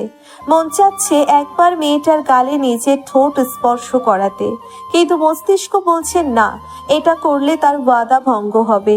মন মস্তিষ্কের সাথে লড়াই করে সে মস্তিষ্ককেই জিতিয়ে দিল। গভীরভাবে তাকিয়ে রইল নিজ স্ত্রীর দিকে। সেই চোখের প্রণয় যদি শিমু দেখত, তবে সাফওয়ানকে নির্বিঘ্নে আপন করে নিত। লায়লা বেগম রান্নাঘরে রহিমা খালার সাথে রান্না করছিলেন। হঠাৎ কলিং বেলের শব্দ হলো। তিনি দ্রুত গিয়ে দরজা খুলে দিতেই দেখলেন আমান আর তার পরিবার দাঁড়িয়ে আছে। এই সন্ধ্যাবেলায় তাদের আসার কারণ বুঝতে পারলেন না, তবুও ভদ্রতার খাতিরে ভিতরে আসতে বললেন। আমান সম্পর্কে আয়ানের বন্ধু, সে মাঝে মাঝে এ বাড়িতে আসে, কিন্তু বাবা মাকে নিয়ে আসার কারণটা অস্পষ্ট। তাই তিনি তাদের হালকা নাস্তা দিয়ে ওপরে আয়ানকে ডাকতে চলে যান। অনিকার মন খারাপ দেখে আয়ান এটা সেটা বলে বোনকে খুশি করার চেষ্টা করছে। লাইলা অনিকার রুমে আয়ানকে দেখে বললেন, আয়ান, তোর বন্ধু এসেছে। আয়ান বিস্ময় নিয়ে বলল, এই সন্ধ্যাবেলায়? হ্যাঁ, আমান এসেছে পরিবার নিয়ে। আমানের নাম শুনে অনিকার হার্টবিট ফাস্ট হয়ে গেল। অস্পষ্ট স্বরে বলল, আমান পরিবার নিয়ে চলে এসেছে। আয়ানের বন্ধুর হঠাৎ পরিবার নিয়ে আগমনের কারণটা বোধগম্য হলো না। দ্রুত নিচে গিয়ে আমানকে বলল, দোস্ত, তুই এই সন্ধ্যাবেলা? কেন হাসতে পারি না? আমানের শীতল কণ্ঠে উত্তর দিয়ে আশেপাশে চোখ বুলিয়ে অনিকাকে খুঁজল। না, কোথাও নেই। মেয়েটা তাকে পড়িয়ে পড়িয়ে শেষ করে দেবার প্ল্যানিং করেছে নাকি? আলতাপ এসে আমানের বাবা সিরাজের পাশে গিয়ে বসলেন। ভাই, এই অসময়ে আপনারা এখানে কোথাও যাচ্ছিলেন বুঝি? না ভাই, এখানেই এলাম। আলতাফের ভ্রু কুঁচকে গেল। ভদ্রতা সুলভ মুখে হাসি ফুটিয়ে বলল, হঠাৎ এই পথে কি মনে করে? এখন রোজই আসতে হবে, সম্পর্ক দুই করতেই এসেছি। আলতাফ বিচক্ষণ মানুষ, সিরাজের কথার মানে খুব দ্রুতই বুঝতে পারলেন। আমানের দিকে একবার গভীরভাবে তাকালেন। আমান বারবার অনিকার রুমের দিকে তাকাচ্ছে, যা বোঝার তিনি বুঝে গেলেন। বাবা মায়ের একমাত্র ছেলে আমান। আমান ছেলে হিসেবে ভালোই, বর্তমানে সে একজন হার্ট সার্জন। সিরাজও নামকরা ব্যবসায়ী। সব মিলিয়ে তিনি অমত করার সুযোগ পেলেন না, তাই মুখে এক গাল হাসি ফুটিয়ে বললেন, লালা, মাকে ডাকো আর মিষ্টি নিয়ে আসো। সিরাজও খুব খুশি হলেন। যদিও আমার ডায়াবেটিস আছে, তবে আজকের জন্য মিষ্টি খেলে কিছুই হবে না। আমানের মা কামিনী বেগম স্বামীর দিকে চোখ গরম করে তাকালেন। বউয়ের চোখ গরম দেখে সিরাজ মুখ ছোট করে বললেন, অল্প করেই খাবো। সিরাজের কথা শুনে উপস্থিত সবাই হেসে দিলেন। আয়ান বন্ধুর চোখের দিকে গভীরভাবে তাকায়, মনে মনে আওড়ায়, আমার বোনের সাথে শালা তুই এত কিছু করলি, আমি জানলাম না। আলতাফ সাহেব লাইলাকে বলল, লায়লা, তুমি একটু অনিকাকে নিয়ে আসো তো। অনিকার নাম শুনে আমানের চিত্ত পুলকিত হলো। আয়ান চুপচাপ বসে আমানের কাণ্ড দেখছে। কলেজ জীবনের একটা কথা মনে পড়ে গেল তার। তখন আয়ান আর আমান সবে ইন্টার ফার্স্ট ইয়ারে পড়ে। আমানকে যে মেয়েই পছন্দ করে না কেন আয়ান তাকে পটিয়ে নিত। এমনকি শাইলা নামের একটা মেয়েকে আমানের অনেক ভালো লেগেছিল। বন্ধুকে সে এই ব্যাপারে জানালে আয়ান সেই মেয়েটাকে নিজ দায়িত্বে নিজের প্রেমিকা বানিয়ে নেয়। তাই আমান সেদিন আয়ানকে রাগ করে বলেছিল, আমি এমন কাউরে গপ বানাবো দেখিস, তুই লাইন মারো তো দূর এক, আমার সাথে তাকে দেখলে লজ্জা পাবেই। আমান সত্যি সেটাই করেছে, তার নিজের বোনেরই প্রেমিক হয়েছে। আয়ানের আকাশ পাতাল চিন্তার মাঝে ড্রয়িং রুমে লাইলা অনিকাকে নিয়ে আসলো। অনিকা আমানের দিকে চোখ তুলেও তাকাচ্ছে না, কিন্তু আমান চাতক পাখির মতো তাকিয়ে আছে তার প্রণয় কুমারীর দিকে, যাকে এবার সে চিরতরে নিজের করে নেবার জন্য এসেছে। আর তার প্রণয় কুমারী অভিমান দেখিয়ে দূরে যেতে পারবে না। অনিকাকে একদম আমানের মুখোমুখি বসানো হলো। অনিকা ভাবতেই পারছে না ছেলেটা নিজের কথাকে এত তাড়াতাড়ি সত্যি করে দেবে। অতিরিক্ত অস্বস্তি হচ্ছে অনিকার, কারণ আমান এক নজরে তাকিয়ে আছে তার দিকে, আর তার ভাই সরু দৃষ্টিতে তাকিয়ে আছে আমানের দিকে। আমানের বাবা মা অনিকার সাথে কথা বলল। তাদের তেমন কিছু জানার নেই, মেয়েকে তারা আগে থেকেই চেনে। ছেলের জেদের কাছে হার মেনে এই রাত্রিবেলা তারা মেয়ে দেখতে এসেছে। রাজিয়া বেগম চা মুখে দিতে দিতে বললেন, আমার মনে হয় আমান আর অনিকাকে কিছুক্ষণ একা কথা বলতে দেওয়া প্রয়োজন। রাজিয়া বেগমের কথায় সবাই সম্মত হলেন। আমান যেন এই কথারই অপেক্ষায় ছিল। অনিকা উঠতেই সেও অনিকার পিছন পিছন হাঁটা শুরু করলো। অনিকার রুমের ভিতরে আসার সাথেই আমান দরজা আটকে দিল। অনিকার যেন নিঃশ্বাস আটকে গেল এমন অবস্থা, তবুও কাঁপা কাঁপা গলায় বলল, দরজা কেন আটকাচ্ছ? আমান অনিকার কথায় পাত্তা না দিয়ে অনিকার মুখোমুখি এসে দাঁড়ালো। অনিকার পুরো শরীরে কাঁপুনি ধরে গেল এবার। আমান শান্ত কণ্ঠে বলল, আমার ফোন কেন ধরেছিল না? হ্যাঁ, আমি বলছি না আমার দূরত্ব সহ্য হয় না। অভিমান করো যাই করো, ফোন কেন বন্ধ করেছো? হ্যাঁ, এমন ব্যবস্থা করে যাব আজকের পর কখনো অভিমান করে দূরে যেতে পারবে না। অনিকা ঘামতে শুরু করলো। ছেলেটার জেদ সম্পর্কে অবগত সে, কিন্তু একদিনের মধ্যে যে বিয়ের প্রস্তাব এনে হাজির হবে সেটা কল্পনাতেও আসেনি ওর। অবশ্য আমান একবার বলেছিল রাগ করে ছেড়ে চলে যেতে চাইলে ডাইরেক্ট বাড়িতে বিয়ের প্রস্তাব নিয়ে আসবে, আর ও সেটাই করেছে। আমান এগিয়ে এসে অনিকার কপালে চুমু এঁকে দিল। আমার বউ হওয়ার জন্য প্রস্তুত হও। আমি প্রেমিক হিসেবে ভীষণ সভ্য ভদ্র, কিন্তু আমি জামাই হিসেবে কিন্তু ততটাই অসভ্য অভদ্র হব। নিজের কথা শেষ করে আমান ড্রয়িং রুমে চলে গেল, আর অনিকা সেখানেই মূর্তির মতো দাঁড়িয়ে রইল। কিছুক্ষণ সময় গড়ালো, তারপর অনিকা ধীর পায়ে হেঁটে গিয়ে এসে সবার সাথে বসলো, আর একটি বারের জন্যে ভুলেও আমানের দিকে তাকালো না। ঘুম ভাঙতেই নিজেকে বিছানায় আবিষ্কার করলো শিমু।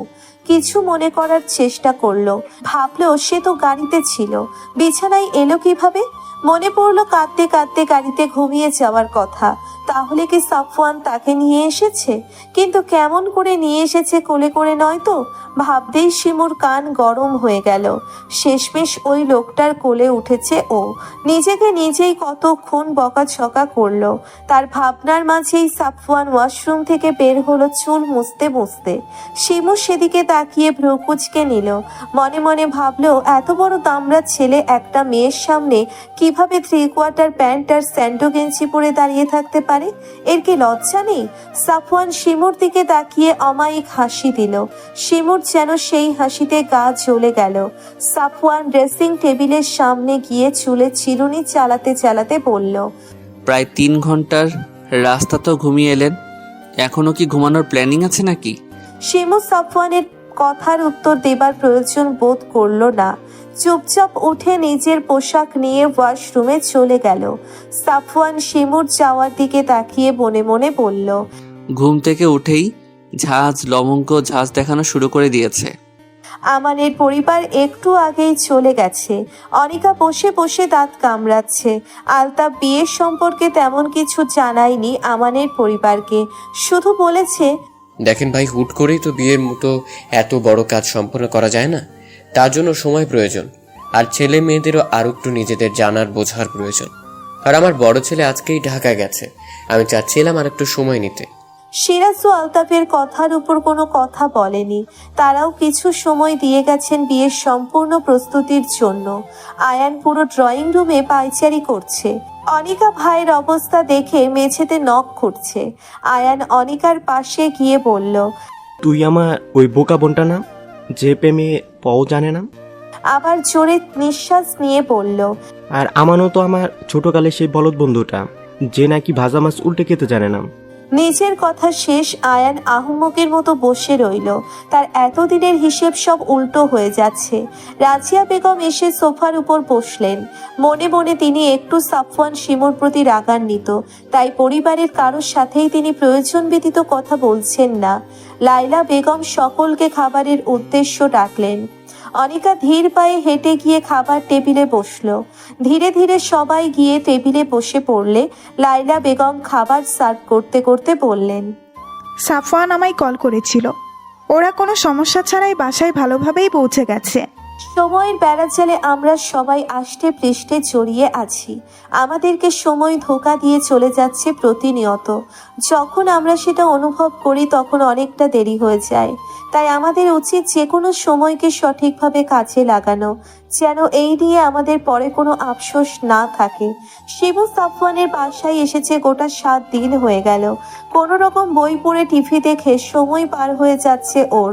কখনো হয়তো সে ভাবেনি তার এত বড় লোকের বাড়িতে বিয়ে হবে। এই সব কিছুই ছিল তাদের কাছে ছেঁড়া কাঁথাই থেকে লক্ষ টাকার স্বপ্ন দেখার মতন। কিন্তু সৃষ্টিকর্তা যে ভাগ্যের মতো অলৌকিক একটা জিনিস রেখেছে, এই ভাগ্য যখন ফলে যায় মানুষ মিসকিন থেকে লাখপতি হয়ে যায়, আবার লাখপতি থেকে মিসকিন হয়ে যায়। সাফওয়ানের এই ফ্ল্যাটে রয়েছে 3টি কামরা, যার একটি কামরায় সে থাকছে, অন্যটিতে সাফওয়ান, আরেকটি কামরা খালি পড়ে আছে। মাঝে মধ্যে তার নিজের কাছে ভাবতেও অবাক লাগে, তারা তো স্বামী স্ত্রী, তাদের মাঝে কি এই যোজন যোজন দূরত্ব মানায়? তখনই তার ভেতরের সত্তা বলে ওঠে মানায়। নিজের আত্মসম্মান প্রতিষ্ঠিত করতে চাইলে এটা মানায়। যদি দ্রুত তুমি তাকে ক্ষমা করে দাও তবে আবার সে একই ভুল করতে পারে। যদি সে সত্যি নিজের ভুল শুধরে নিতে চায় তাহলে তাকে পরখ করো, যেন একই ভুল বারবার না হয়। মুমিন ব্যক্তি একবারই ধোঁকা খায়, বারবার নয়। শিমু সেই ভুল করবে না, সাফওয়ানকে পরখ করবে গভীরভাবে। এতে একটু সময় লাগলেও দোষের কিছু নেই। শিমু নিজের চিন্তা ভাবনার ইতি ঘটিয়ে রান্নাঘরে চলে গেল। সাফওয়ান বলে গেছিল আজকে ফিরতে রাত হবে, তাই সেও রান্নাঘরে দেরি করেই ঢুকেছে। উদ্দেশ্য কই মাছ টমেটো দিয়ে ভুনা করবে, আর সাথে আলু ভাজি করবে। দুজন মানুষ বেশি রান্না করলে খাবার অপচয় হতে পারে। কোমরে ওড়না গুছিয়ে রান্না করা শুরু করে দিল। প্রায় 1 ঘন্টা সময় নিয়ে রান্না শেষ করলো। কিছু সালাদ আইটেম কেটে টেবিলে সবকিছু গরম গরম সাজিয়ে রাখলো। ঘেমে নিয়ে একাকার অবস্থা হয়ে যাওয়ায় ফ্রেশ হতে ওয়াশরুমে চলে গেল। এরই মাঝে সাফওয়ান ডোরবেল বাজালো, কিন্তু কয়েকবার বাজানোর পরও শিমু দরজা খুলল না। শিমু ফোনে কয়েকবার কলও দিল, কিন্তু শিমুর ফোন ড্রয়িং রুমে থাকায় সেটাও রিসিভ হলো না। সাফওয়ান ভীষণ চিন্তিত হলো। সাফওয়ান আরো কিছুক্ষণ দাঁড়িয়ে রইল। শিমু যতক্ষণে বের হয়েছে ফোনের কল বাজতে বাজতে কেটে গেছে। সাফওয়ান শেষবারের মতো কলিং বেল বাজালো। শিমু দ্রুত দরজা খুলে দিল। শিমু দরজা খুলতেই তার চোখে পড়ল সাফওয়ানের বিধ্বস্ত চেহারা। সাফওয়ান তাড়াহুড়ো করে ভিতরে ঢুকে গিয়ে শিমুকে স্পর্শ করতে গিয়েও করল না। তুমি ঠিক আছো তো? এতবার কলিং বেল বাজালাম, ফোনে কল করলাম, কোনোটাই কেন ধরলে না? সাফওয়ানের অতিরিক্ত অস্থিরতার কারণে আপনির বদলে তুমি হয়ে গেছে। শিবু দুঃখিত হয়ে উত্তর দিল, আই এম সরি, আসলে রান্না শেষে আমি ঘেমে গেছিলাম, তাই শাওয়ার নিতে গেছিলাম একটু, যার জন্য আমি শব্দ শুনতে পাইনি। ও। সাফওয়ান ছোট করে ওহ বলে নিজের ঘরের দিকে চলে গেল। শিবু বুঝতে পারলো সাফওয়ান ভীষণ ক্লান্ত, তাই ওর সাথে তেমন কথা বলল না। শিবু এই 1 সপ্তাহে বুঝতে পেরেছে সাফওয়ান কফিতে আসক্ত, তাই সে কিচেনে চলে গেল কফি বানাতে। সাফওয়ান ফ্রেশ হয়ে বিছানায় বসেছে। দরজা খটখটানির শব্দ পেয়ে দরজার দিকে তাকালো। আসবো? আসুন, আমি তো বলেছি আমার রুমে আসতে আপনি অনুমতি নেবেন না। শিবু কোনো বাকবক্তিতায় না চড়িয়ে সাফওয়ানের কাছে এগিয়ে গেল। হাতে রাখা কফির মগটা সাফওয়ানের দিকে এগিয়ে দিল। আপনার হয়তো এটা প্রয়োজন। সাফওয়ান শিমুর হাতের দিকে তাকালো। এই মুহূর্তে তার সত্যি এক কাপ কফির প্রয়োজন ছিল। আজকে অফিসে এক ক্লায়েন্টের সাথে তর্কে জড়িয়ে পড়েছিল সে, যার দরুন মাথাটা ভীষণ ধরেছে। ধন্যবাদ। চাইলে কিন্তু আপনার জন্য এক কাপ আনতে পারতেন। আমি কফি খাই না। ও, সাফওয়ান কফি খেতে খেতে প্রশ্ন করলো। আচ্ছা, আপনি তো আমাকে পছন্দ করেন না, তাহলে আমার কেয়ার করেন কেন? আসলে আমি মানুষটাই একটু উদার প্রকৃতির, তাই। সাফওয়ান মুচকি একটা হাসি দিয়ে বলল। কতটা উদার দেখতেই পাচ্ছি। এতদিন যাবৎ ভালোবাসার আবদার করছি, উদারতা দেখিয়ে সেটাও তো দিতে পারেন নাকি? আপনাকে দেখলে আমার অদ্ভুত অনুভূতি হয়, ঠিক ঘৃণা নয়, যেটা আপনাকে আমার করা উচিত। সাফওয়ান মুচকি হেসে উঠে গিয়ে শিমুর কানের কাছে ফিসফিস করে বলল। যেদিন আপনি এই অনুভূতির স্বাদ পাবেন সেদিন আপনি সম্পূর্ণ আমার হবেন। শিমুর একটু লজ্জা লজ্জা অনুভূতি হয়। কেন হয় সে সেটা জানে না। শিমু নিজের কক্ষের দিকে যেতে যেতে বলল, আপনার খিদে পেলে আমাকে ডেকে দিয়েন। সাফওয়ান মনে মনে বলল, খিদে তো লেগেছে, প্রেম প্রেম খিদে লেগেছে আমার। এত রাতে আমানের ফোন দেখে অনিকা অবাক হলো। ছেলেটা দিন দিন বেপরোয়া হয়ে উঠছে। আগে এরকম ছিল না। প্রথম প্রথম যখন আয়ান ভাইয়ার সাথে সাথে আসতো, তখন তাকে দেখে মনে হতো ভাজা মাছটাও উল্টে খেতে জানে না।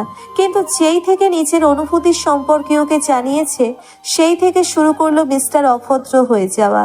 সেদিন দেখতে আসার পর থেকে ছেলেটা আরো বেপরোয়া হয়ে গেছে। হুটহাট কল দিচ্ছে, আবার দেখা করার আবদার করছে। ছেলেটা যে ভয়ঙ্কর প্রেমিক পুরুষ এটা তার জানা হয়ে গেছে। প্রেমিক পুরুষ ভালো, কিন্তু ভয়ঙ্কর প্রেমিক পুরুষ একটু বেশিই ভালো হয়। এরা তাদের প্রিয়তমার জন্য সবই করতে পারে। অনিকা ভাবনার ইতি টেনে কল রিসিভ করলো। আসসালামু আলাইকুম। মেয়েলি কণ্ঠ পেয়ে আমানের চিত্ত শান্ত হলো। যতবার এই কণ্ঠ শুনে ততবার তাকে একান্ত নিজের করে নেওয়ার ইচ্ছেটা মাথা চারা দিয়ে ওঠে। নিজেকে শান্ত করে নিজেই নিজেকে আশ্বাস দেয়, আর অল্প কিছুদিন তারপর সে একান্তই তোর। যাকে হারানোর ভয় তাকে আর কুড়ে কুড়ে খাবে না। দাদি রহিমাকে দিয়ে পা টেপাচ্ছে। কালকে রাতে সে এক ভয়ঙ্কর স্বপ্ন দেখেছে। সাফওয়ান আর শিমু বাড়িতে এসেছে। এসেই পায়ের ওপর পা তুলে তাকে দিয়ে সব কাজ করাচ্ছে। নাতি ছেলের বউ তার পাশে না থাকায় শিমুকে সে কিছুই বলতে পারছে না। এই দুঃস্বপ্ন দেখার পর থেকে রাজিয়া বেগমের আত্মা শুকিয়ে আছে, শরীরও কেমন ম্যাচ ম্যাচ করছে। আয়ান দাদির ঘরের কাজ দিয়ে নিজের ঘরে যাচ্ছিল। দাদিকে এত রাতে জাগতে দেখে দাদির ঘরে প্রবেশ করলো। গিয়েও দেখলো রহিমা খালা পা টিপছে আর ঘুমে ঢুলছে, কিন্তু বুড়ির চোখে ঘুম নেই। আয়ান রহিমা খালাকে চলে যেতে বলে নিজেই দাদির পা টিপে দিতে শুরু করলো। কথায় কথায় দাদিকে জিজ্ঞেস করলো, ঘুমাচ্ছ না কেন? ঘুম কি আমার আর আছে? কেন? ঘুম তো আমার কবেই উড়ে গেছে, যেদিন থেকে আমার নাতি গরিব একটা মেয়েকে বিয়ে করেছে। জানিস আমার কত স্বাদ ছিল। আয়ান দাদির কথা শেষ না করতে দিয়ে বলল, দাদি আমার ঘুম পেয়েছে, আমি আসছি। নিজের কথা শেষ করে আয়ান আর এক সেকেন্ডও দেরি করলো না। দ্রুত দাদির কক্ষ থেকে বেরিয়ে গেল। রাজিয়া বেগম নাতির চলে যাওয়ার দিকে বিষণ্ণ চোখে তাকিয়ে রইলেন। তার কথা শোনার মতো কেউ নেই। একটি সুন্দর সন্ধ্যা শিমু ব্যালকনিতে দাঁড়িয়ে আছে। সাফওয়ান আজকে বাসায় আছে। সাফওয়ান ড্রয়িং রুমে থাকায় শিমু রুম থেকে বের হচ্ছে না। সাফওয়ানের সামনে গেলে নিজের মধ্যে একরকম জড়তা অনুভূত হয় ওর। কেন এই জড়তা সেটা শিমু জানে না। সাফওয়ানের চোখে গভীর প্রণয় দেখলে মনে হয় সবকিছু ভুলে যেতে, কিন্তু তার যুবতী মন সাফওয়ানের জন্য তীব্র অভিমান পুষে রেখেছে। তার ইচ্ছে করে সাফওয়ানের বুকে মাথা রেখে সেই সব রাতের কথা জানাতে, যেই রাতগুলোতে সে নির্ঘুম কাটিয়েছে। জানাতে ইচ্ছে হয় মানুষের কথার দ্বারা কত অপমান মুখ বুজে সহ্য করেছে, কিন্তু অতিরিক্ত চাপা স্বভাবের হওয়ার জন্য ও এগুলো কিছুই বলতে পারে না। অতিরিক্ত অভিমানে দু চোখ ভেঙে জল পড়তে শুরু করলো। এক পর্যায়ে মেঝেতে পা ভেঙে বসে পড়ল শিমু। সাফওয়ান আজকে পরিপূর্ণভাবে নিজেকে ধাতস্থ করে নিয়েছে। শিমু তার কাছে এসেছে গোটা 1 মাস হয়ে গেল, কিন্তু তাদের সম্পর্কের বিশেষ কোনো উন্নতি হয়নি। সে নিজের দিক থেকে সম্পূর্ণ চেষ্টা করছে, কিন্তু শিমু এখনো নির্বিকার। সে আর শিমুর অবহেলা সইতে পারছে না। অনেক তো হলো অনুভূতি লুকোচুরি, আর সে কোনো লুকোচুরি খেলতে চায় না। সে চায় এবার নিজের প্রেয়সীকে আপন করে পেতে। নিজের সাথে বোঝাপড়া করে সাফওয়ান সোজা শিমুর ঘরের দিকে চলে যায়, কিন্তু গিয়ে দেখলো শিমু রুমে নেই। ব্যালকনির দিকে ধীর পায়ে এগিয়ে যেতেই এক কান্নারত রমণীর দিকে দৃষ্টি আটকে গেল, যে রমণী হাঁটুতে মুখ গুজে গুনগুনিয়ে গান করছে, যার দীর্ঘ কালো কেশ পিঠ চুড়ে লুটোপুটি খাচ্ছে। সাফওয়ান হাঁটু ভেঙে শিমুর কাছ ঘেঁষে বসলো।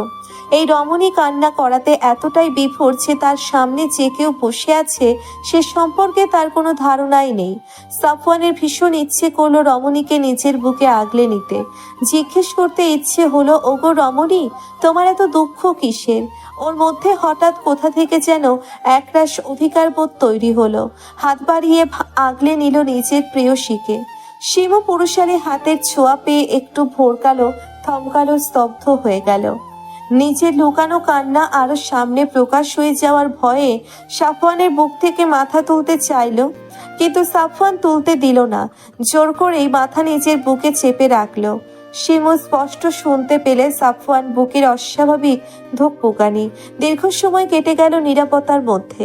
নিরাপত্তা ভেঙে সাফওয়ান বলে উঠল, শিমু, আমরা কি পারি না আমাদের মাঝের এই যোজন যোজন দূরত্বের ইতি টানতে?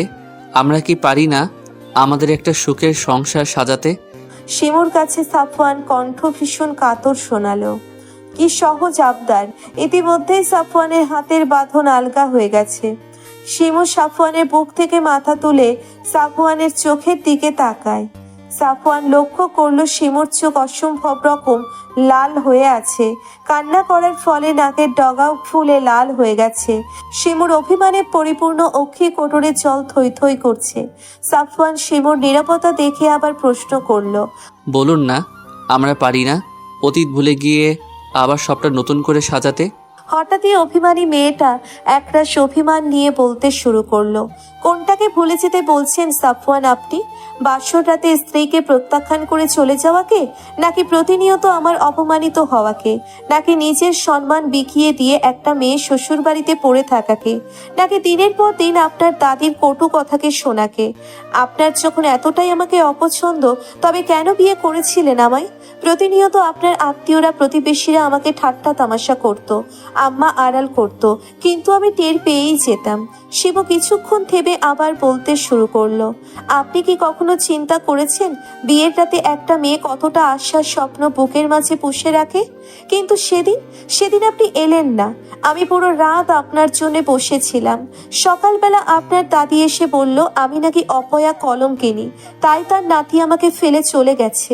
আপনার দাদি প্রতিনিয়ত আপনার চলে যাওয়ার জন্য আমাকে দায়ী করত। বিয়ের পরে বাবা কতবার আপনার সাথে কথা বলতে চেয়েছে, কিন্তু আমি বাবাকে মিথ্যে বলেছি। নিজের কষ্টগুলোকে আড়াল করে আমি বাবার সাথে হাসি মুখে কথা বলেছি। শিবু এবার অসহায়ের মতো সাফওয়ানের দিকে তাকিয়ে বলল, আচ্ছা, আমি কি এতটাই অপয়া? আমি যেটাই ধরতে যাই সেটাই কেন দুঃখ হয়ে যায় বলতে পারেন? আমিও তো আপনার জন্য এক বুক ভালোবাসা নিয়ে এসেছিলাম, কিন্তু আপনার প্রত্যাখ্যান পেয়ে সেগুলো কেমন ফিকে হয়ে গেছে। আমিও চাই সব ঠিক করে নিতে, কিন্তু আমার ভয় হয় যদি আপনি আবারও আমাকে ছেড়ে চলে যান। আমি জানি আমি কোনো অবুঝ কিশোরী নই, কিন্তু আপনাকে আঁকড়ে বাঁচতে চাই। আমি আপনাকে ভালোবেসে বৃদ্ধ হতে চাই, কিন্তু পুরনো কথাগুলো মনে পড়লে আমার বুকের ভিতরে হাহাকার করে ওঠে, মনের মাঝে তীব্র অশান্তি হয়। আমি এই সব কিছুর থেকে নিস্তার পেতে চাই সাফওয়ান। আমি আপনাকে ভালোবাসতে চাই। মন যেমন আগুনের স্পর্শ পেয়ে গলে যায়, শিমু তেমন সাফওয়ানের উষ্ণ স্পর্শ পেয়ে নিজের বুকের মাঝে রাখা সকল কষ্ট প্রকাশ করে দিচ্ছে। আজ নিজেকে অনেক হালকা মনে হচ্ছে শিমুর। নিজের সব অভিযোগ প্রকাশ করতে পেরে মনে শান্তি লাগছে তার। খুব কাঁদতে ইচ্ছে করছে। সাফওয়ান শিমুকে আবার বুকের মাঝে আগলে নিল। শিমু আবারও কাঁদতে শুরু করলো। এই কান্না যেন দীর্ঘকালের অভিমানের পাহাড় ধসে পড়ার কান্না। সাফওয়ান শিমুর সমস্ত অভিযোগ মন দিয়ে শুনছে। নিজের করা ভুলের জন্য সে সত্যি ভীষণ অনুতপ্ত। নিজের রাগ জেদকে প্রাধান্য না দিলে হয়তো আজকে মেয়েটার এই পাহাড় সমান অভিমান দেখতে হতো না। তাদের ভালোবাসাময় একটা সংসার হতো এতদিন। সাফওয়ান শিমুর মাথা তুলে নিচের দিকে ঘোরালো। শিমু কাঁদতে কাঁদতে অবস্থা খারাপ করে ফেলেছে নিজের। সাফওয়ান একটা দীর্ঘশ্বাস ফেলে বলতে শুরু করলো, আমি আপনার সাথে অনেক অনেক অন্যায় করেছি, আমি জানি। আমি সেগুলোকে শুধরে নিতে চাই।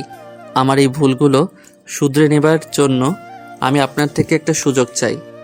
দয়া করে আমাকে ফেরাবেন না। সাফওয়ান আবার কাতর স্বরে বলল, আমি গ্রামে বিয়ে করার জন্য মোটেই রাজি ছিলাম না, কিন্তু মায়ের কথায় এক প্রকার বাধ্য হই মায়ের কথা রাখতে। মা আমাকে ইমোশনাল ব্ল্যাকমেল করতে থাকে, আবার আমার বন্ধুরাও আমাকে নিয়ে ঠাট্টা তামাশা করতে শুরু করে। একদিকে মা বাবার চাপ, অন্যদিকে বন্ধুদের ঠাট্টা, সব মিলিয়ে আমি অতিষ্ঠ হয়ে পড়েছিলাম। মায়ের কথা রাখতে আপনাকে বিয়ে করলাম ঠিকই, কিন্তু আপনাকে মেনে নিতে আমার ভীষণ কষ্ট হচ্ছিল। আপনি জানলে অবাক হবেন, আমি আপনাকে বিয়ের আগে একবারের জন্য দেখিওনি।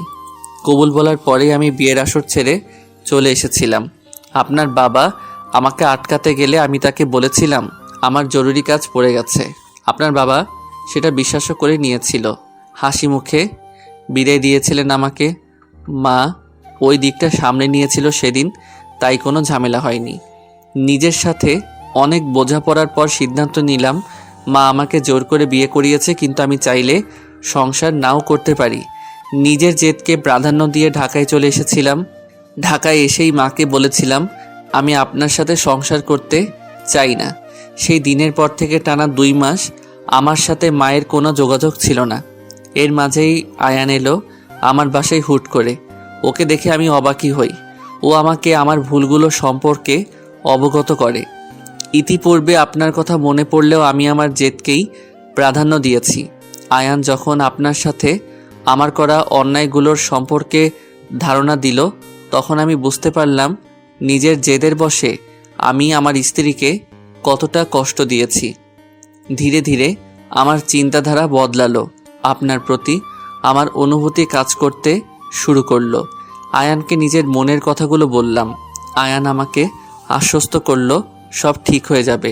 আমিও নিজের করা ভুলগুলোর জন্য আপনার কাছে ক্ষমা চাইতে মরিয়া হয়ে উঠলাম। আয়ানের সাথে গেলাম বাড়িতে, যে সম্পর্কে বাড়ির কেউ কিছুই জানতো না। যাবার পরের দিনই বাবা আমাকে আলাদা ডেকে নিয়ে অনেক বকাঝকা করলেন। বাবাকে কোনো রকমে আয়ান সামলে নিল। বাবাও শান্ত হলেন। আমি তারপর থেকে নিজের সবটা দিয়ে চেষ্টা করছি নিজের ভুল শুধরে নেবার। আপনি কি আমাকে এখনো ক্ষমা করবেন না শিমু?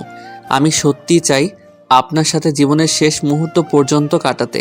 আমি আপনাকে ভালোবেসে ফেলেছি শিমু। সাফওয়ান এবার আরো অসহায় কণ্ঠে বলে উঠল, আমি তো ভুল করেছি, আমি জানি। সেই জন্য আমি ভীষণভাবে অনুতপ্ত। আমি আর এই অপরাধ বোধ নিয়ে বাঁচতে চাই না। আপনি দয়া করে আমাকে এই অপরাধ বোধ থেকে মুক্তি দিন। একটি বিষাদময় রাতের শেষে একটি সুন্দর প্রভাতের আগমন, যে প্রভাত মুছে দেবে হয়তো বিষাদের ঘন ঘটা। প্রভাতের সেই মিষ্টি আলো পৌঁছে যাবে সব আনাচে কানাচে, জাগাবে হয়তো কোনো এক প্রেমিক পুরুষের জন্যে তার প্রেয়সীর হৃদয়ে প্রেম। ভেঙে যাবে হয়তো পাহাড় সমান অভিমানের বাধা। সূর্যের মিষ্টি আলো চোখে পড়তেই ঘুম ছুটে গেল সাফওয়ানের। চোখ খুলতেই নিজের বুকে প্রেয়সীকে আবিষ্কার করে তার চিত্ত পুলকিত হলো। হৃদয় জানান দিল এবার বুঝি প্রেয়সীর অভিমান ভাঙবে। এই প্রথম তারা দুজন এত কাছে পুরো একটি রাত কাটিয়ে অভিমান বিলাস করলো। মৃদু শব্দে সাফওয়ান শিমুকে ডাক দিল। উঠুন, সকাল হয়েছে। সাফওয়ানের ডাকে ঘুম ছুটে গেল শিমুর। পিটপিট করে চোখ খুলতেই সাফওয়ানের বুকে নিজেকে আবিষ্কার করলো। মনে পড়ে গেল কাল রাতের কথা। সবকিছু মনে পড়তেই লজ্জায় দুগাল রাঙা হয়ে গেল। কিশোরী মেয়েদের মতো কালকে কি করছে ভাবতেই যুবতী মন অশান্ত হয়ে উঠল। লজ্জায় মাটির বুকে নিজেকে আড়াল করতে মন চাইল। দ্রুত সাফওয়ানের বুক থেকে মাথা সরিয়ে নিয়ে উঠে দাঁড়ালো। এভাবে সারা রাত বেকায়দায় কাটানোর জন্য শরীরে কিছুটা ব্যথা অনুভব হলো। সাফওয়ান শিমুর সামনে উঠে দাঁড়ালো। তারপর শিমুর দিকে একটু নিচু হয়ে শিমুর কপালে নিজের ওষ্ঠ স্পর্শ করালো। শিমুর সর্বশরীর কাঁপুনি দিয়ে উঠল যেন। এটা ওর কাছে প্রথমবার ছিল, যার জন্যে ও একটু অপ্রস্তুত হয়ে গেল। সাফওয়ান শিমুর দিকে তাকিয়ে অমায়িক হাসি দিয়ে বলল, কান্নাকাটি করে তো অবস্থা খারাপ করে ফেলেছেন। রাতে তো আমার বা আপনার কারোরই কিছু খাওয়া হয়নি। আমি ফ্রেশ হয়ে নিচে যাচ্ছি খাবার কিনতে, আপনি সেই পর্যন্ত ফ্রেশ হয়ে নিন। সাফওয়ান নিজের বাক্য শেষ করে আবার একটু হাসি দিয়ে চলে গেল নিজের কক্ষে। শিমুর মনে হলো আজ তার কাছে সাফওয়ানকে অনেক বেশি ভালো লাগছে। এই যে তার এই মিষ্টি হাসিটা যেন হৃদয়ে গিয়ে লেগেছে। নিজেকেও ভীষণ হালকা লাগছে ওর। সাফওয়ানের এই হাসিটা দেখার জন্যে যুগ যুগ বাঁচতে ইচ্ছে করছে। আয়ান আর আলতাফ প্রাতঃভ্রমণ শেষে বাসায় ফিরেছে মাত্র। রাজিয়া বেগম তাদের কাছে 2 গ্লাস পানি নিয়ে এসে বসলেন। আলতাফের দিকে 1 গ্লাস পানি এগিয়ে দিতে দিতে বললেন, আমার মনে হয় বিয়ে নিয়ে এবার আমাদের পরিবারের সাথে কথা বলা দরকার। মা ঠিকই বলছেন, এবার আমাদের এই বিষয় নিয়ে আগানো প্রয়োজন। আর সাফওয়ানকেও আমি এই ব্যাপারে আজকেই জানাব। কি বলো আয়ান? আব্বু, আপনি ভাইয়ার সাথে কথা বলুন। অনিকা আড়াল থেকে সব কথা শুনে নিজের কক্ষের দিকে দৌড়ে চলে গেল। তার ভীষণ লজ্জা লাগছে। অবশেষে তার প্রণয় কুমার তার হবে ভাবতেই সারা শরীর জুড়ে অদ্ভুত শিহরণ হচ্ছে। নিজের কক্ষে রাখা ড্রেসিং টেবিলের সামনে দিয়ে লাল ওড়না দিয়ে মুখ ঢেকে দেখলো কেমন লাগে। বধূ বেশে নিজেকে কল্পনা করতেই দোকানে রক্তি মাফা ছড়িয়ে পড়ল। আচ্ছা, আমানের কেমন অনুভূতি হবে যদি সে জানতে পারে খুব শীঘ্রই তাদের বিয়ে হচ্ছে? না না, সে আর ভাবতে পারছে না। লজ্জায় আড়ষ্ট হচ্ছে বারবার। সাফওয়ান আজকে নিজের কর্মক্ষেত্র থেকে দ্রুত প্রস্থান করে শপিং মলের উদ্দেশ্যে বেরিয়ে পড়েছে। বউকে তেমন কিছুই দেওয়া হয়নি তার। পরে বউ তাকে কৃপণ বলুক, সে সেটা চাই না। গাড়ি পার্কিং লটে রেখে বেরিয়ে গেল শপিং মলের দিকে। উদ্দেশ্য বউকে উপহার দেওয়ার। শপিং মল থেকে বের হতে হতেই বিকেল হয়ে গেল। মনে মনে বলল, মেয়েদের জিনিস ক্রয় করা ভীষণ কষ্টসাধ্য, এটা মেয়েরাই ভালো করতে পারে। এরপর শপিং ব্যাগগুলো গাড়িতে রেখে বাসার উদ্দেশ্যে রওনা হলো। বাসায় পৌঁছে 2 বার কলিং বেল চাপতেই শিমু দরজা খুলে দিল। শিমু সাফওয়ানের হাতের দিকে তাকাতেই অবাক হলো। প্রায় 10-12টির মতো শপিং ব্যাগ। সাফওয়ান শিমুর দিকে ব্যাগগুলো এগিয়ে দিয়ে বলল, এগুলো তোমার জন্য। শিমু সাফওয়ানের হাত থেকে ব্যাগগুলো নিতেই সাফওয়ান গিয়ে ড্রয়িং রুমে রাখা সোফার উপর বসে পড়ল। শিমুকে উদ্দেশ্য করে বলল, আজকে রাতে আমরা ঘুরতে বের হব। আপনি এখান থেকে আপনার পছন্দ মতো একটি শাড়ি পরে তৈরি হয়ে নেবেন। প্রতিটি মেয়েই তার প্রিয় মানুষের দেওয়া ছোট ছোট উপহারগুলোতে পাহাড় সমান আনন্দ খুঁজে পায়। শিবুও তার ব্যতিক্রম নয়। সেও তার স্বামীর দেওয়া উপহারগুলো পেয়ে ভীষণ খুশি হয়েছে, কিন্তু সেটা প্রকাশ করলো না। নিজের পছন্দ মতো একটি কালো রঙের শাড়ি বেছে নিল শিমু। আয়নার সামনে গিয়ে গায়ে চড়াতেই নিজেকে দেখে নিজেই মুগ্ধ হলো। অনেকদিন পরে যেন নিজের মাঝে নিজেকে খুঁজে পেল ও। মাথায় ম্যাচিং করে কালো রঙের একটি হিজাব পরে নিল।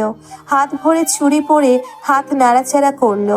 চুড়িতে ঝনঝন করে আওয়াজ হতেই ঠোঁটের কোণে এক চিলতে হাসি ফুটে উঠল।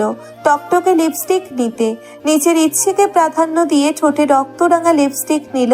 চোখে কালো কাজল নিতে ভুলল না। নিজের সাজ সম্পূর্ণ হতেই আয়নায় নিজেকে ঘুরিয়ে ঘুরিয়ে দেখে নিল কয়েকবার। মনে মনে বলে ওঠে, সবকিছু একদম পারফেক্ট। সাফওয়ান অনেকক্ষণ যাবৎ শিমুর জন্য অপেক্ষা করছে, কিন্তু এখনো পর্যন্ত রুম থেকে বেরোনোর নাম গন্ধ নেই। সে শুনেছিল মেয়েদের ড্রেস আপে একটু সময় লাগে, কিন্তু এতটা সময় লাগে সে ভাবতেও পারেনি। অধৈর্য হয়ে শিমুকে ডাকতে যাবে, তার পূর্বেই শিমু শাড়ির কুচি ঠিক করতে করতে রুম থেকে বেরিয়ে এলো। নিজের প্রিয়তমাকে শাড়িতে দেখে হৃদগতি কিছুটা অস্বাভাবিক হলো সাফওয়ানের। বুকের মধ্যে যেন কেউ হাতুড়ি পিটাচ্ছে ওর। 2-1 বার চোখ এদিকে ওদিকে ঘুরিয়ে নিজেকে স্বাভাবিক করে নিল। শিমু সাফওয়ানকে উদ্দেশ্য করে বলল, আমি প্রস্তুত। সাফওয়ান মনে মনে বলল, আমাকে অপ্রস্তুত করে দিয়ে নিজে তো প্রস্তুত হবেনি। মুখে বলল, চলুন যাওয়া যাক। আজকে সাফওয়ান নিজের প্রিয় গাড়িটাকে নিয়ে বের হয়নি। এর পিছনে অবশ্য একটা কারণ আছে। বাসার নিচে নামতেই রিক্সা পেয়ে গেল ওরা। সাফওয়ান আগে শিমুকে উঠতে বলল। শিমু রিক্সায় কিছুটা সংকোচ নিয়ে বসে পড়ল। তারপর সাফওয়ান উঠে বসে পড়ল। শিমু সরে বসতে চাইলে সাফওয়ান শিমুর কোমর আঁকড়ে ধরল। কানে কানে ফিসফিস করে বলল, দূরে যেন সরে বসতে না পারেন, তার জন্যই এত আয়োজন। শিমু সাফওয়ানের দিকে চোখ বড় বড় করে তাকালো। তবে কি এই জন্যেই নিজের গাড়িটা নিয়ে বের হয়নি সাফওয়ান? সাফওয়ান ঠোঁটের কোণে বাঁকা হাসি ফুটিয়ে বলল, আপনার ঠোঁটে লাল লিপস্টিক কিন্তু মারাত্মক লাগছে। পুরো রেড ওয়াইনের মতো, দেখলেই নেশা ধরে যাচ্ছে। শিমু অপ্রস্তুত হয়ে অন্যদিকে মুখ ঘোরালো। তার কান গরম হয়ে গেছে লজ্জায়, সর্বাঙ্গ শরীর শিরশির করছে। শিমুকে অন্যদিকে ঘুরতে দেখে সাফওয়ান কিছুটা অসহায় কণ্ঠে বলে উঠল, মামা আমি কি দেখতে খারাপ বলুন তো? রিকশাওয়ালা মামা বিস্ময় নিয়ে পেছন ঘুরল একবার। শিমুও সাফওয়ানের দিকে অবাক দৃষ্টিতে তাকিয়ে রইল। আপনি কি পাগল হয়ে গেছেন সাফওয়ান? কি সব আবোল তাবোল বলছেন? সাফওয়ান শিমুর কথায় পাত্তা দিল না, আবারও বলে উঠল, মামা কিছু বললেন না যে? মামা আপনি দেখতে তো মেলা সুন্দর, কিন্তু এমন কথা করতেছেন কেন? সাফওয়ান শিমুর দিকে তাকিয়ে একটা দীর্ঘশ্বাস ছাড়ল। আমি ভাবলাম আমি দেখতে হয়তো অনেক খারাপ, সেই জন্য আপনার মামি আমার দিকে ঘুরেও তাকাচ্ছে না। রিকশাওয়ালার মামা উচ্চস্বরে হেসে দিল। মামা আপনারা পারেনও বটে, হ্যাঁ? শিমু সাফওয়ানের দিকে চোখ পাকিয়ে তাকিয়ে রইল। মনে মনে বলল, লোকটা ভীষণ অসভ্য, হঠাৎ নিরামিষ খেয়ে আমিষ হয়ে গেল কি করে আল্লাহই জানেন। লজ্জা শরম একেবারে বিকিয়ে নিয়ে এসেছে মনে হচ্ছে। সাফওয়ান মিটিমিটি হাসছে আর শিমুর চোখ রাঙানো উপভোগ করছে। রোজ আকাশে সূর্য উঠতে দেখি, আবার সন্ধ্যায় সূর্যকে অস্ত যেতেও দেখি। এই দেখা দেখির মাঝে আমাদের জীবন থেকে অনেকটা সময় চলে যায়। জীবনের এই উত্থান পতনের শেকলে আমরা সবাই জড়িয়ে। দেখতে দেখতে অনিকা আর আমানের বিয়ের দিন চলে এসেছে। বেশ জমকালো আয়োজনে সাফওয়ানদের বাসার ছাদে গায়ে হলুদের আয়োজন করা হয়েছে। শিমু আর অনিকার কাজিনটা অনিকাকে গায়ে হলুদের জন্য প্রস্তুত করছিল। মাঝে মধ্যে দু একটা দুষ্টুমিও করছে। অনিকার গাল বারবার রাঙা হয়ে যাচ্ছে তাতে। শিমু অনিকার গাল টেনে দিয়ে বলল, ননদি তোমাকে ভীষণ সুন্দর লাগছে। আমান ভাই তোমাকে দেখলে অজ্ঞানী হয়ে যাবে। রুমে উপস্থিত সবাই খলখলিয়ে হেসে উঠল। অনিকার মুখ আবারও লজ্জায় রাঙা হয়ে উঠল। হয়েছে, আর লজ্জা পেও না। সাফওয়ানের বাসার ছাদ অনেকটা বড় হওয়ায় আয়োজন খুব সুন্দরভাবেই করা হয়েছে। এক পাশে খাবারের ব্যবস্থা করা হয়েছে, আর এক পাশে নাচ গান ও অনিকাকে বসানোর জায়গা করা হয়েছে। সাফওয়ান তার স্ত্রীর দেখা সকাল থেকে এই পর্যন্ত পায়নি। বড় ভাই হিসেবে ব্যস্ততা একটু বেশিই বলতে গেলে। এখনো গোসল করা হয়নি ওর। সবকিছু সুন্দরভাবে হয়েছে কিনা আবারও দেখে নিল। একমাত্র বোন বলে কথা, কোনো রকম ত্রুটি রাখা যাবে না। আয়ান রান্নার দিকটা সামলাচ্ছে। দাদি এদিক ওদিক ঘুরে ঘুরে তদারকি করছে সব ঠিক আছে কিনা। লাইলা বেগম রান্নার কাজকর্ম, অতিথি আপ্যায়ন সব মিলিয়ে সেও ভীষণ ব্যস্ত। দুপুরের দিকে অনিকাকে সম্পূর্ণ প্রস্তুত করে শিমু নিজে তৈরি হতে চলে যায়। মোটামুটি ননদের বিয়ে উপলক্ষে সে এসেছে 7 দিন আগে ঢাকা থেকে, আর সাফওয়ান এসেছে বিয়ের 3 দিন আগে। আসার পর থেকে সাফওয়ানও ভীষণ ব্যস্ত হয়ে পড়েছে। একমাত্র বোন বলে কথা, 2 ভাইয়ের নয়নের বনি। শিমু নিজেদের রুমে এসেছে ফ্রেশ হতে। বিছানার ওপর একটি শপিং ব্যাগ দেখে অবাক হলো। সেটা খুলবে কি খুলবে না সেটা ভাবতে ভাবতেই সাফওয়ান রুমে এসে পড়ল। শার্টের হাতা ফোল্ড করতে করতে ঘর্মাক্ত শরীর, শার্টের ওপরের দুটো বোতাম খোলা। সাফওয়ান এসেই ক্লান্ত ভঙ্গিতে বিছানায় বসে পড়ল। শিমুকে ইশারা করলো এসি পাওয়ার বাড়িয়ে দিতে। শিমু তাই করলো, তবুও সাফওয়ানের গরম না কমায় এক টানে শার্ট খুলে ফেললো। শিমু তা দেখে দ্রুত কাবার্ডের কাছে গেল পোশাক নিয়ে ওয়াশরুমে যাবার জন্য। ওদিকে কি করছো তুমি? শাড়ি নিচ্ছি, এখন ফ্রেশ হওয়া প্রয়োজন। অনিকাকে মেহেদি দেওয়া হচ্ছে। মেহেদি শুকালে ওকে গোসলে নিয়ে যেতে হবে। সেই পর্যন্ত ভাবছি আমি ফ্রেশ হয়ে নিই। সাফওয়ান এগিয়ে গিয়ে শিমুর পিছনে গিয়ে দাঁড়ালো। শিমু কাবার্ড আটকিয়ে পিছনে ঘুরতেই সাফওয়ানের প্রশস্ত বুকে ধাক্কা খেলো। শিমু চলে যেতে চাইলে সাফওয়ান 2 হাত দিয়ে কোমর আঁকড়ে ধরলো। সাফওয়ান শিমুর থুতনিটা একটু উঁচু করে ধরলো। আমার থেকে এত পালাই পালাই করো কেন? শিমু ভ্রুজোড়া কুঁচকে নিল। সাফওয়ান শিমুর কুঁচকে যাওয়া ভ্রুদ্বয়ের মাঝখানে নিজের ওষ্ঠ স্পর্শ করালো। শিমুর মনে জেগে ওঠা প্রশ্ন সাফওয়ান আর করতে দিল না। নিজেই উত্তর দেবার ভঙ্গিতে বলল, এইসব আপনি টাপনিতে আমার রোমান্টিক ফিল আসে না। পরের বউ মনে হয়। নিজের বউকে তুমি বলতে ভীষণ শান্তি, বুঝলা? সাফওয়ান শিমুর কপালের দিকে আরেকবার এগুতে গেলেই শিমু সাফওয়ানকে ছাড়িয়ে দিয়ে বলে উঠল, দূরে থাকুন। বউ থেকে আমি আর দূরে থাকতে পারছি না। সাফওয়ানের অকপটে উত্তরে শিমু স্তব্ধ। এই লোকটা এতটা নির্লজ্জ কেমন করে হলো? সাফওয়ান বিছানার ওপর থেকে ব্যাগটা এনে শিমুর হাতে ধরিয়ে দিল। এটা পরে নাও, অনেক খোঁজাখুঁজির পর এটা পছন্দ হয়েছে আমার। শিমু সাফওয়ানের সাথে আর ভালো মন্দ কথা বলল না, এই ভয়ে লোকটা যদি আবার ঠোঁটকাটা কথা বলে ফেলে। অতি দ্রুত শপিং ব্যাগটা নিয়ে ওয়াশরুমে চলে গেল। সাফওয়ান সেদিকে তাকিয়ে অসহায় কণ্ঠে বলে উঠল, বউকে পটানোর থেকে মশারি টানানো সহজ। সাফওয়ানের নিজেরও ফ্রেশ হওয়া প্রয়োজন, তাই সে আয়ানের রুমের দিকে ফ্রেশ হতে চলে গেল। আয়ান এক গাদা পাঞ্জাবি বিছানার উপর ছড়িয়ে ছিটিয়ে বসে আছে, কোনটা পরবে সেই নিয়ে সে ভীষণ কনফিউজড। সাফওয়ান আয়ানের কর্মকাণ্ড দেখে বিরক্ত হয়ে ওর দিকে এগিয়ে গেল। এগুলো কি করছিস তুই? আয়ান হতাশ হয়ে উত্তর দিল, ভাইয়া আমি একটাও সিলেক্ট করতে পারছি না। সাফওয়ান আয়ানের পিঠে চাপড় দিল জোর করে। আয়ান ব্যথায় আহ শব্দ করে উঠল। তুই দিন দিন মেয়েদের স্বভাবের হয়ে যাচ্ছিস। এত ড্রেস কেউ একসাথে নামায়, ইডিয়েট। ভাইয়া কি করি বল, মেয়েদের ইমপ্রেস করতে হবে, না হলে আমার আর বিয়েই হবে না। তুই কি বড় হবি না? আমি তো ছোট হয়ে রইলাম, কয়েকদিন পর ছোট বোনের বাচ্চা মামা বলে ডাকবে। হয়েছে, আর আফসোস করিস না। আমি অফ হোয়াইট রঙের একটা পাঞ্জাবি পরি আর তুই গাঢ় খয়েরি রঙের পাঞ্জাবিটা পরবি, ওকে? এবার ঠিক আছে, তাহলে তুমি দাঁড়াও, আমি ফ্রেশ হয়ে আসি। দ্রুত বের হবি কিন্তু। শিমু বাথরুম থেকে বের হয়ে এসে বিছানায় শাড়িটা মেলে ধরল। অফ হোয়াইট রঙের একটি শাড়ি আর মাঝে সুতোর কাচের হলুদ টকটকে ফুল, আর ব্লাউজটা শাড়ির সাথে ম্যাচিং করে ফুল হাতা দিয়ে বানানো হয়েছে। শিমু সাফওয়ানের রুচির প্রশংসা না করে পারল না। ভীষণ সুন্দর একটা শাড়ি এটা। সাফওয়ানের এই হুটহাট সারপ্রাইজ দেওয়ার অভ্যেস ভীষণ ভালো লাগে ওর। চুল দ্রুত হেয়ার ড্রায়ার দ্বারা শুকিয়ে হাত খোপা করে নিল। শাড়িটা সুন্দর করে পরা শেষে আয়নার সামনে নিচে ঘুরে ঘুরে দেখতে লাগলো। এর মাঝেই সাফওয়ান আবার রুমে প্রবেশ করলো। শিমু শাড়ি গায়ে পরে বোকার মতো দাঁড়িয়ে আছে, কি করবে বুঝতে পারছে না। সুতি শাড়ি হওয়ার জন্য শিমু একা হাতে সেগুলো ঠিক করতে পারছে না। সাফওয়ান ধীর পায়ে হেঁটে গিয়ে শিমুর পায়ের কাছে বসলো। শিমু সাফওয়ানকে দেখে একটু দূরে সরে যেতে চাইল। সাফওয়ান চোখের ইশারায় চুপ করে দাঁড়াতে বলল।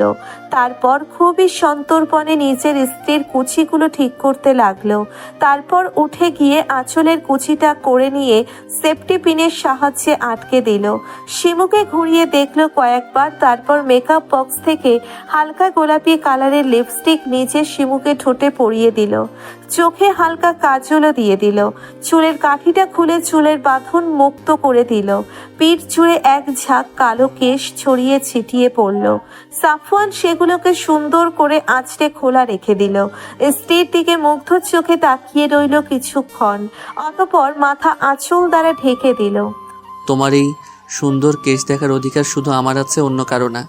শিমু তার প্রিয় সুদর্শন পুরুষের কথা শুনে মুগ্ধ হলো। তার প্রিয় পুরুষটা কত যত্নশীল আর দায়িত্ববান স্ত্রীর প্রতি, তার কত নিখাদ ভালোবাসা। এই পুরুষটা শরীর ছোঁয়ার আগে তার মন ছুঁয়ে দিয়েছে। কজন পুরুষ পারে নিজের স্ত্রীকে এরকম করে ভালোবাসতে? আজকে তার নিজেকে ভাগ্যবতী মনে হচ্ছে। স্বামী স্ত্রীর পবিত্র ভালোবাসা শুধু শারীরিক চাহিদায় সীমাবদ্ধ থাকে না, এটা দুজন মানুষের সার্বিক প্রয়োজনের পরিপূরক হিসেবে কাজ করে। কিন্তু অনেক যুগলই এর প্রকৃত অর্থ বুঝতে পারে না, যার জন্য সংসারে লেগে থাকে অশান্তি আর বিতৃষ্ণা। শিমুর মনে হলো তার সুদর্শন পুরুষটাকে বেশি সুদর্শন লাগছে। তার মনে ভয় হচ্ছে যদি অন্য কেউ তার পুরুষটির দিকে নজর দেয়। আপনি একটু নিচু হবেন সাফওয়ান? সাফওয়ান বইয়ের এক কথায় নিচু হয়ে দাঁড়ায়। শিমু 3 কুল পরে সাফওয়ানকে ফু দেয়। সাফওয়ান শিমুর কাণ্ড দেখে অবাক হয়ে প্রশ্ন করলো, তুমি আমাকে ফু দিচ্ছ কেন? যেন কারো বদ নজর না লাগে। সাফওয়ান মুখের কোণে বাঁকা হাসি ঝুলিয়ে বলে, তো আমার উপর তোমার কবেই লেগে গেছে? শিমু মেকি রাগ দেখিয়ে চলে যেতে চায়, কিন্তু সাফওয়ান যেতে দেয় না। নিজের স্ত্রীকে নিচের দিকে ঘুরায়। প্রথমবারের মতো নিজ স্ত্রীর ঠোঁট উষ্ণ স্পর্শ করায় কেঁপে ওঠে শিমুর সমস্ত শরীর। স্বামীর থেকে প্রথম এমন উষ্ণ স্পর্শ পেয়ে শিমু নুইয়ে যায় লজ্জায় আর মাথা তুলে তাকায় না। নিচ থেকে রাজিয়া বেগম শিমুকে ঢাকছিল। শিমু আর এক মুহূর্ত দেরি করে না, নিচের দিকে ছুট লাগায়। সাফওয়ান শিমুর লজ্জারাঙা মুখ দেখে অমায়িক একটা হাসি দেয়। সুদর্শন দুই পুরুষের মাঝে বসে আছে এক সুশ্রী রমণী। খুশিতে তার দুচোখ চকচক করছে। প্রিয় পুরুষকে পারিবারিক সম্মতিতে কজনই বা নিজের করে পায়। হলুদ শাড়ি পরিহিতা রমণীর রূপ যেন ঝলমল করছে। দুই ভাইয়ের হৃৎপিণ্ড প্রিয় বোনের আনন্দে পুলকিত হচ্ছে। সারাদিনের ধকলে শিমু ভীষণ ক্লান্ত শরীর, আর তার সাই দিচ্ছে না। পরনের শাড়ি এলোমেলো হয়ে গেছে। এখন ওর একবার শাওয়ার নেওয়া প্রয়োজন। শিমু দ্রুত নিজের পোশাক নিয়ে ওয়াশরুমে চলে গেল। সাফওয়ানও ক্লান্ত হয়ে নিজের কক্ষে প্রবেশ করলো, কিন্তু ঘরে নিজের স্ত্রীকে না দেখতে পেয়ে হতাশ হলো। প্রায় 30 মিনিট পর শাওয়ার শেষে শিমু বের হলো। পরনে ঢিলে ঢালা সাদা রঙের কামিজ। সাফওয়ান শিমুকে দেখে মুখ একটু গোমড়া করে বলল, আমরা চাইলে কিন্তু একসাথে শাওয়ার নিতে পারতাম। মুহূর্তেই শিমুর লজ্জায় কান গরম হয়ে গেল। কাছে এসে সাফওয়ানের সামনে কোমরে হাত রেখে দাঁড়ালো।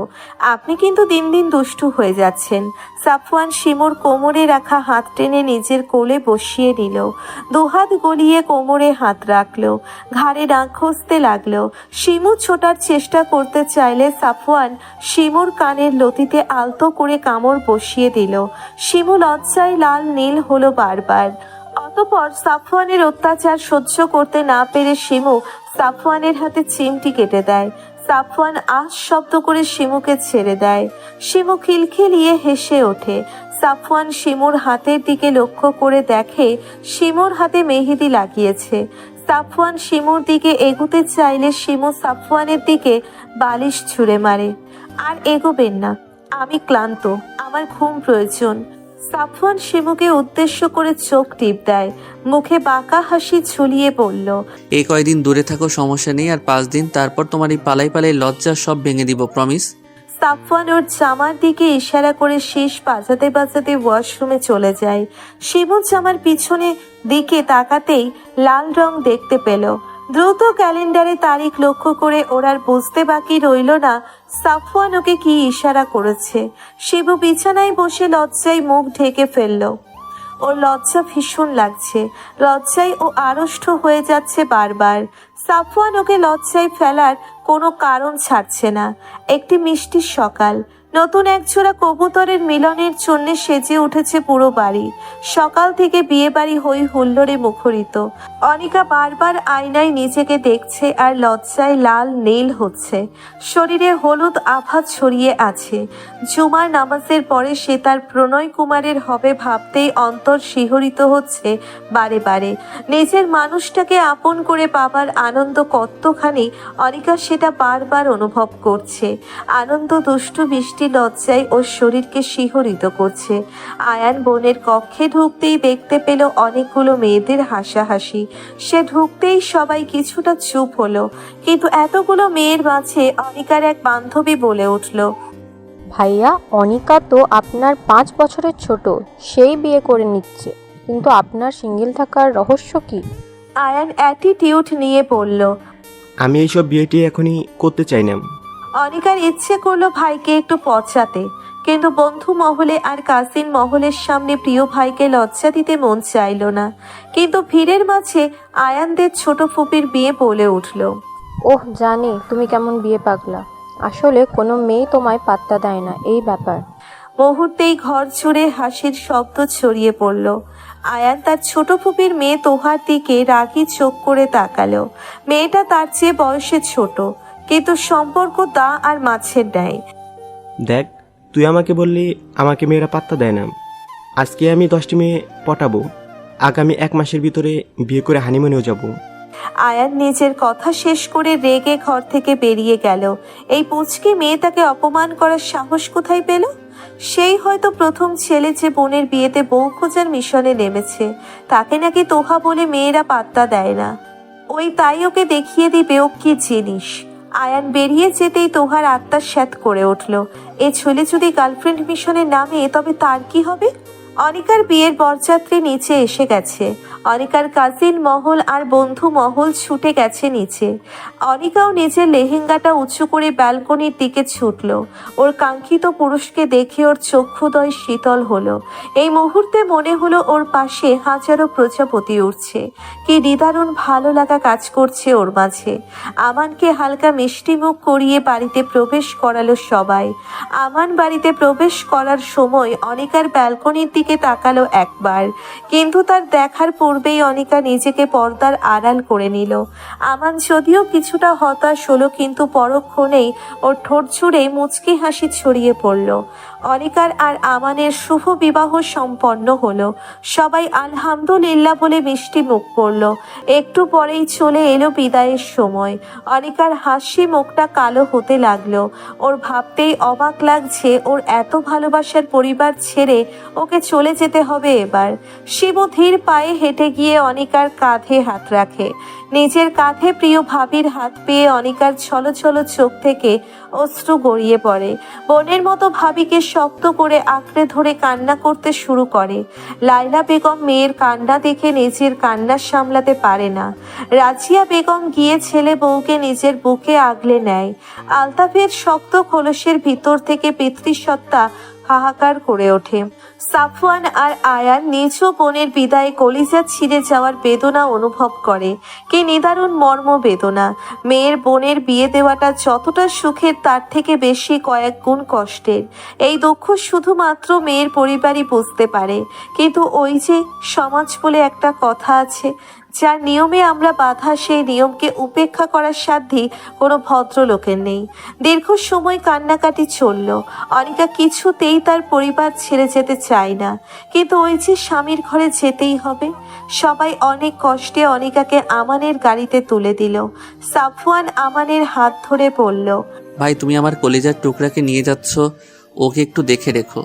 তোমার সাধ্য অনুযায়ী ওকে ভালোবাসা দিয়ে আগলে রেখো। ও ভুল করলে শাসনও করো। ও আমার একমাত্র বোন। আমি যেহেতু তোমাকে ওর হাতে তুলে দিলাম, আমি আশা রাখছি ওকে তুমি আগলে রাখবে। আমান সাফওয়ানের হাতের উপর নিজের হাত রেখে বলল, ভাইয়া এখন আমার স্ত্রী, আমি কখনোই চাইবো না আমার স্ত্রী কখনো কোনো কষ্ট পায়। আপনি আমার উপর পুরোপুরি বিশ্বাস করতে পারেন। আমি আপনার বিশ্বাসের অমর্যাদা কখনোই করব না। আয়ান এগিয়ে গিয়ে আমানের কলার ধরে বলল, দোস্ত, তোর কারণে যদি আমার বোন কষ্ট পায়, তবে তোরে আমি যে কি করবো তুই নিজেও জানিস না। আর বোনের বড় ভাই হিসেবে বলছি, আমাদের কলিজাটাকে একটু দেখে রাখিস। ওকে অবহেলা করিস না দোস্ত। অবহেলা করলে না হয় তুই আমাকে শুলে চড়াস। শেষবারের মতো বন্ধুকে জড়িয়ে ধরে বিদায় জানিয়ে গাড়িতে গিয়ে বসলো আমান। অনিকা নিজের ভাইদের দিকে তাকিয়ে হাউমাউ করে কাঁদতে শুরু করলো। আমান অনিকাকে নিজের বুকে আগলে নিল। ফুলে ফুলে সাজিয়ে রাখা ঘরে বসে আছে অনিকা।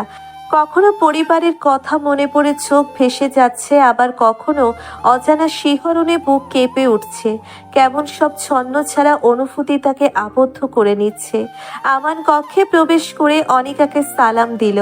অনিকা আমানের কণ্ঠ পেয়ে কিছুটা বিচলিত হলো, কিন্তু পর মুহূর্তে সেও সালামের জবাব দিল। আমান সপ্তপর্ণে নিজের স্ত্রীর পাশে গিয়ে বসলো। চিবুক উঁচু করে ধরল নিজের সামনে। লজ্জায় আড়ষ্ট হয়ে অনিকা মাথা নিচু করে নিল। আমান নিজের স্ত্রীর লজ্জা দেখে খুশি হলো। নিচু পকেট থেকে একটা ফিঙ্গার রিং বের করে স্ত্রীকে পরিয়ে দিল। স্ত্রীর হাতে চুমু খেতে ভুলল না। লজ্জায় অনিকা নিজেকে আরো বেশি গুটিয়ে নিল। আমান মুচকি হাসি দিয়ে বলল, জানাবা আপনি আমার জন্য কি উপহার এনেছেন? অনিকা নিজের জিভে কামড় বসালো। অতিরিক্ত লজ্জার কারণে সে সব ভুলে গেছে। লেহেঙ্গা গুটিয়ে নিজের লাগেজের দিকে এগুলো। আমান চুপচাপ স্ত্রীর কাণ্ড দেখতে লাগলো। অনিকা নিজের লাগেজ খুলে একটা বাক্স বের করে আমানের হাতে দিল। যদিও এটা তোমার উপহারের মতো দামি নয় এতটা, কিন্তু আমি আমার সাধ্য মতো তোমায় এটা দিয়েছি। আমান বাক্স খুলে দেখলো একটা ব্র্যান্ডেড ঘড়ি। আমি কিন্তু তোমাকে নিজে হাতে পরিয়ে দিয়েছি, তাই তুমিও। অনিকা আমানের হাতে ঘড়ি পরিয়ে দিল। তোমার নিশ্চয়ই ভারী পোশাকে কষ্ট হচ্ছে। তুমি এই পোশাকগুলো পরিবর্তন করে এসছো। আমার কাছে তুমি না সাজলেও অপরূপা। অনিকা স্বামীর কথা শুনে নিজের চোখ দুটো বন্ধ করে নিলে প্রতিটা স্ত্রী চায় তার প্রিয় পুরুষের থেকে এই বাক্যগুলো শুনতে। আমার নিজে অনিকার লাগেজ থেকে নিজের পছন্দ মতো ড্রেস অনিকার হাতে তুলে দেয়। অনিকা সেই জামা নিয়ে ওয়াশরুমে চলে যায়। দীর্ঘক্ষণ শাওয়ার শেষে অনিকা বের হয়ে আসে। তার ছোট ছোট ঘাড় পর্যন্ত কেশ ছেড়ে দেয়, যেগুলো থেকে টপ টপ করে পানির ফোঁটা পড়ছে। অনিকা ধীর পায়ে এসে ড্রেসিং টেবিলের সামনে আসে, তোয়ালে দিয়ে নিজের চুল মুছতে থাকে। আমান অনিকার পাশে গিয়ে অনিকাকে নিচের দিকে ঘুরিয়ে নেয়। তুমি একজন হার্ট সার্জনের হার্টকে কোমা পাঠিয়ে দিয়েছো, এখন একে তোমারই ঠিক করতে হবে। আমান হুট করে গভীর আলিঙ্গনে জড়িয়ে নিল প্রেয়সীকে। এই আলিঙ্গন সেই উষ্ণ যে আলিঙ্গনে কোনো পাপ নেই, আছে শুধু আল্লাহর সন্তুষ্টি আর সওয়াব। অনিকার বিয়ে কেটে যাওয়ার পরে কেটে গেছে গোটা 20 দিন। আয়ান বেচারা তার ওয়াদা রক্ষা করার জন্যে মরিয়া হয়ে উঠেছে। মাকে সে সাফ সাফ জানিয়ে দিয়েছে, আম্মা জান, আমি কালো, নুলা, কানা কিচ্ছু নই। আপনি আমাকে দ্রুত 10 দিনের ভিতরে বিবাহ দিবেন, না হলে আমি সন্ন্যাস নিব। ছেলের করা থ্রেটে লাইলা বেগম হতভম্ব। তিনি জানেন তার ছোট ছেলে ভীষণ ঠোঁট কাটা, কিন্তু তার পাশাপাশি নাক কাটা। খুব শীঘ্রই আয়ানকে ফিরতেও হবে। দেশে এসেছে গোটা 6 মাস হলো, আর 2-1 মাস হয়তো ও আছে। ছেলে তাকে এও জানিয়ে দিয়েছে মেয়েকে সে দেখতেও চায় না। লাইলা বেগম যেমন পাত্রী পাক না কেন হোক, সে সমস্যাময়ী, তবুও সে বিয়ে করবেই। অতঃপর সিদ্ধান্তহীনতায় ভুগে তিনি এই ব্যাপারে আলতাফকে জানালেন। আলতাফ চিন্তা ভাবনা করে সিদ্ধান্ত নিলেন আগামী 10 দিনের মাঝেই ছেলেকে সে বিয়ে দিবেন। তাই আর দেরি না করে তার ছোট বোনকে ফোন দিলেন। ছেলের এই পাগলামো থামাতে তার ছোট বোনের সাথে কথা বলাটা ভীষণ প্রয়োজন। শিমুকে সাফওয়ান একটি লাল শাড়ি উপহার দিয়ে বলেছে এটা পরে আজ রাতে তার জন্য তৈরি থাকতে। সাফওয়ানের ইশারায় শিমু ঠিকই বুঝতে পেরেছে। শাড়িটা একদম ফিনফিনে পাতলা, পরলে শরীরে অনেক অংশ দৃশ্যমান হবে। যদিও শিমুর কাছে সাফওয়ানের এটা দ্বিতীয় আবদার। আজও প্রথম দিনের কথা মনে পড়লে তার শরীর ক্ষণে ক্ষণে শিউরে ওঠে। লজ্জায় আড়ষ্ট হয়ে যায় ওর সমস্ত শরীর। সাফওয়ান ওর লজ্জা দেখে নাকের মাথায় কামড় দিয়ে বলে, বলো তো বউ, তোমার লজ্জা আমি কবে ভাঙাতে পারবো? সেই কথা শুনে শিমু আরো বেশি লজ্জায় নুইয়ে যায়। রাজিয়া বেগমের সাথে তার সম্পর্কটা এখন স্বাভাবিক। সাধারণ দাদি শাশুড়িদের সাথে নাতি বউয়ের সম্পর্ক যেমন হয়। মাঝে মধ্যে এসে জিজ্ঞেস করে নতুন অতিথি আসবে কবে। দুঃখগুলো শিমুর এখন কোথায় যেন মিলিয়ে গেছে। প্রত্যেকের ভালোবাসা পেয়ে এখন তার নিজেকে ভীষণ সুখী মনে হয়। শিমু একটা জিনিস গভীরভাবে অনুভব করছে, পৃথিবীতে একটি মেয়েকে তার স্বামী যদি তাকে প্রকৃত ভালোবাসে, তাহলে কোনো দুঃখই সেই মেয়েটাকে স্পর্শ করতে পারে না। রাত নেমে গেছে আকাশ জুড়ে। সাফওয়ানের পছন্দ মতো শিমু নিজেকে সাজিয়েছে। চুলগুলো ছড়িয়ে ছিটিয়ে দিয়েছে পুরো পিঠ জুড়ে। সাফওয়ান আর শিমু দাঁড়িয়ে আছে ব্যালকনিতে। সাফওয়ান অতি সন্তর্পণে নিজ স্ত্রীর কোমরে হাত রাখলো। শিমুর কাছে যদিও এটা প্রথমবার নয়, কিন্তু তবুও তার শরীর শিউরে উঠল। সাফওয়ান আর শিমু চাঁদের আলোয় দাঁড়িয়ে কিছুক্ষণ চন্দ্র বিলাস করলো। সাফওয়ান অবশেষে পেরেছে তার প্রেয়সীকে প্রেম পুকুরে ডুবিয়ে মাতাল করে দিতে, অভিমানী প্রেয়সীর অভিমান ভেঙে দিয়ে আপন করে নিতে। আজ শিমুর মনে সাফওয়ানের জন্য কোনো অভিযোগ নেই, আছে শুধু এক বুক ভালোবাসা। শিবুকে কোলে নিয়ে সাফওয়ান নিজের কক্ষের উদ্দেশ্যে রওনা হলো, নিজের অর্ধভাগ্যে আবারও পবিত্র ছোঁয়ায় রাঙিয়ে দেবার জন্য। ভালোবাসাময় এই রাতের সাক্ষী হলো আকাশের রঙিন তারারা। চারিদিকে মৃদু হাওয়া একজোড়া চড়ুই পাখিকে আরো মাতাল করে দিল। এই পবিত্র ভালোবাসা সত্যিই সুন্দর। ভালোবাসায় মোড়ানো দিনগুলো খুব দ্রুত চলে যায়, বিপরীত দুঃখে মোড়ানো সময়গুলো যেতে চায় না। একদিনকে মনে হয় 1000 দিনের চেয়েও বড়। আসলে এগুলো সব কিন্তু আমাদের চিন্তা ভাবনারই ফসল। সাফওয়ান, শিমু, আয়ান, অনিকা সবার জীবনে পরিবর্তন এসেছে। সবাই এখন যার যার জীবন নিয়ে ভীষণ ব্যস্ত। সেদিন আয়ানের জেদের কাছে হার মেনে আলতাফ আর লাইলা বেগম বাধ্য হয়েছিলেন তাকে 1 মাসের মধ্যে বিয়ে দিতে। কিন্তু দুর্ভাগ্যবশত আয়ান পাত্রের মুখটা অবধি দেখেছিল না। যখন জানতে পারলো মেয়েটা তোহা, তখন তার কাছে কোনো উপায় ছিল না। যে মেয়েটার সাথে আয়ানের সম্পর্ক ঝগড়াটে শালিকের ন্যায়, সেই মেয়েটার সাথে গভীর বন্ধনে আবদ্ধ হয়ে যায় নিজের অজান্তেই। সারা দিন দুজনের মাঝে ঠোকাঠুকি লেগেই থাকে, যদিও তারা বিদেশ পাড়ি জমিয়েছে বিয়ের পরপরই। কিন্তু অভিযোগগুলো ফোন দিলেই শুনতে পারা যায়। আর অনিকা এখন 6 মাসের প্রেগনেন্ট। আমান তাকে সর্বদা আগলে আগলে রাখে, কোনো রকম কাজই তাকে করতে দেয় না। আমানের বাবা সিরাজুল সাহেব ছেলের বউয়ের জন্য এক কথায় পাগল বলা চলে। আমানের মায়ের মেয়ে না থাকায় একটা মেয়ে পেয়ে সে যেন ভীষণ খুশি। পরিবর্তন এসেছে সাফওয়ান আর শিমুর জীবনেও। তারা আজকে প্রথমবারের মতো বাবা মা হতে যাচ্ছে। সাফওয়ান ওটি রুমের সামনে পায়চারি করছে। লাইলা বেগম আল্লাহর কাছে দোয়া করছেন। শিমুর বাবা তার 2 মেয়েকে নিয়ে এক কোণে দাঁড়িয়ে আছে, শুকনো মুখ করে।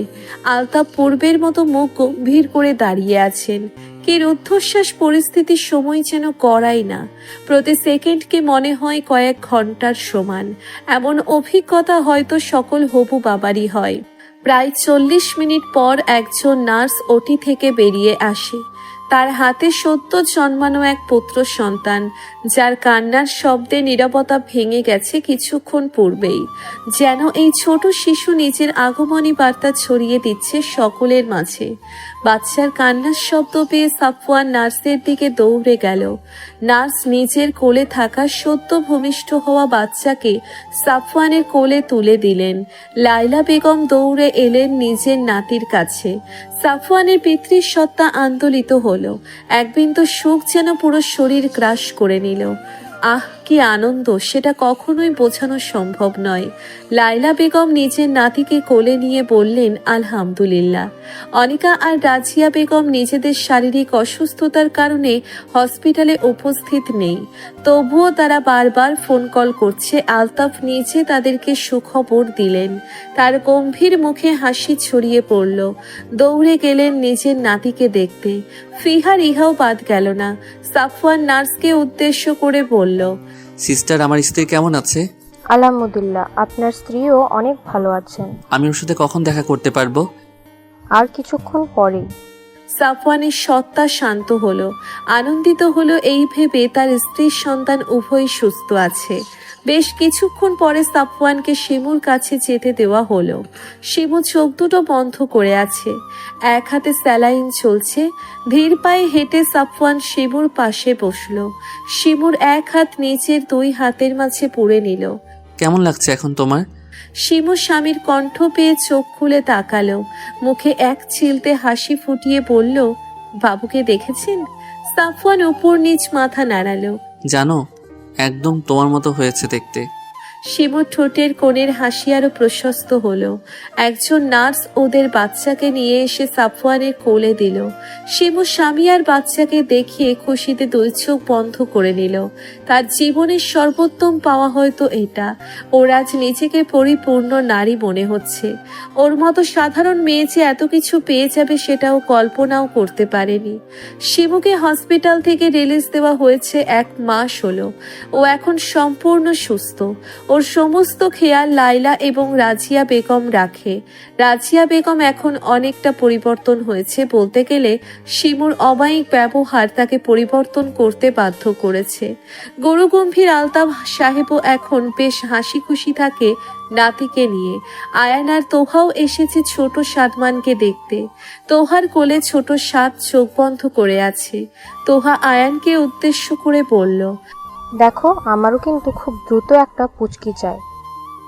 নিজেকে সামলাতে পারে না, সে আবার পুচকি সামলাবে। কথাটা মোটেও পছন্দ হলো না তোহার। রাগ করে সাদমানকে শিমুর কোলে দিয়ে গটগট করে নিজের কক্ষে চলে গেল। শিমু আয়ানের দিকে চোখ গরম করে তাকাতেই আয়ানও তোহার পিছনে হাঁটা দিল। তাদের এই কাণ্ড দেখে লাইলা বেগম হাসতে হাসতে ড্রয়িং রুমে এসে বসলেন। যাই বলো বৌমা, আয়ানের জন্য কিন্তু তোহা একেবারেই পারফেক্ট। জি আম্মা, পারফেক্ট ম্যাচ। আয়ান গিয়ে তোহাকে পেছন থেকে ছড়িয়ে ধরলো। এত রাগ করো কেন কথায় কথায়? তুমি তো সব আজে বাজে কথা বলে রাগিয়ে দাও।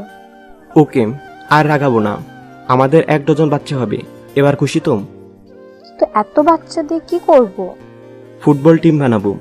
তোহা পেছন দিকে ঘুরে আয়ান নাক টিপে দিল। ওকে। শিমুকে দেখে রাখার জন্য, বাবুকে টেক কেয়ার করার জন্য সাফওয়ান শিমুকে বাড়িতেই রেখে গেছে। বাড়িতে এসেই পুত্রকে নিয়ে এই যে মরিয়া হয়ে উঠেছে, দিন দুনিয়া সব ভুলে বসেছে একদম। শিমু কয়েকবার ডেকে গেছে খাবার খাওয়ার জন্য, কিন্তু সাফওয়ানের কোনো পাত্তা নেই। তাই আর না পেরে খাবার বেড়ে একেবারে নিজেদের ঘরে নিয়ে এসেছে। এই যে সাহেব, খেতে তো হবে নাকি? আপনি নিজেও খাচ্ছেন না, আমার ছেলেকেও খেতে দিচ্ছেন না। খাওয়া দাওয়া সব পরে হবে। শিমু আর সাফওয়ানের সাথে তর্কে জড়ায় না। এক প্লেট ভাত মেখে নিয়ে সাফওয়ানের কাছে যায়। এক লোকমা ভাত সাফওয়ানের সামনে ধরে। আসার পরে কিছুই খাওয়া হয়নি আপনার, তাই কোনো দ্বিরুক্তি না করে এগুলো মুখে পুরুন চটপট। সাফওয়ান আর মানা করে না, কিন্তু বউয়ের সাথে দুষ্টুমি করতে ছাড়ে না। শিমু বিরক্ত হয়ে বলল, এক বাচ্চার বাবা হয়ে গেলেন, তবুও দুষ্টুমি গেল না? আরেক বাচ্চার বাবা হওয়ার প্ল্যান করছি, কি বলো আব্বু? সাফওয়ান নিজের ছেলেকে কথাটা বলে শিমুর দিকে তাকিয়ে চোখ টিপ মারে। আপনার লজ্জা জীবনেও হবে না। স্ত্রীর কাছে লজ্জা পেলে তো সন্ন্যাসী হতে হবে। শিমু সাফওয়ানকে আলতো চাপড় মেরে সাফওয়ানের কাঁধে মাথা রাখলো। আমি আপনার সাথে বৃদ্ধ হতে চাই সাফওয়ান। আপনাকে ভালোবেসে আপনার প্রেম পুকুরে ডুবে যেতে চাই। শুধু এতটুকু পেলে আমার কিছুই চাই না। আমি তোমার প্রেম পুকুরে ডুবে নিজের অস্তিত্ব সংকটে ফেলেছি, এমন সংকটে আমি বারবার পড়তে চাই। তোমার প্রেমের পুকুরে আমি এক সাধারণ মাঝি হয়ে বাঁচতে চাই। আমি তোমাকে ভালোবেসে জান্নাতে যেতে চাই। আমিও আপনাকে এপার ওপারে দুপারেই পেতে চাই। ওদের কথার মাঝে সাতবন জোরে কেঁদে ওঠে। দুজনেই নিজেদের হুঁশে ফিরে আসে। দুজনে মুচকি হেসে আঁকলে নেয় নিজেদের ছেলেকে। এটাই যে তাদের ভালোবাসার সর্বোত্তম চিহ্ন। আরে আরে, কই যান আপনারা? একটা লাইক দিয়ে যান। এত কিপটামি করেন কেন? একটা লাইকই তো দিবেন। প্লিজ প্লিজ প্লিজ একটা লাইক দিয়ে যান।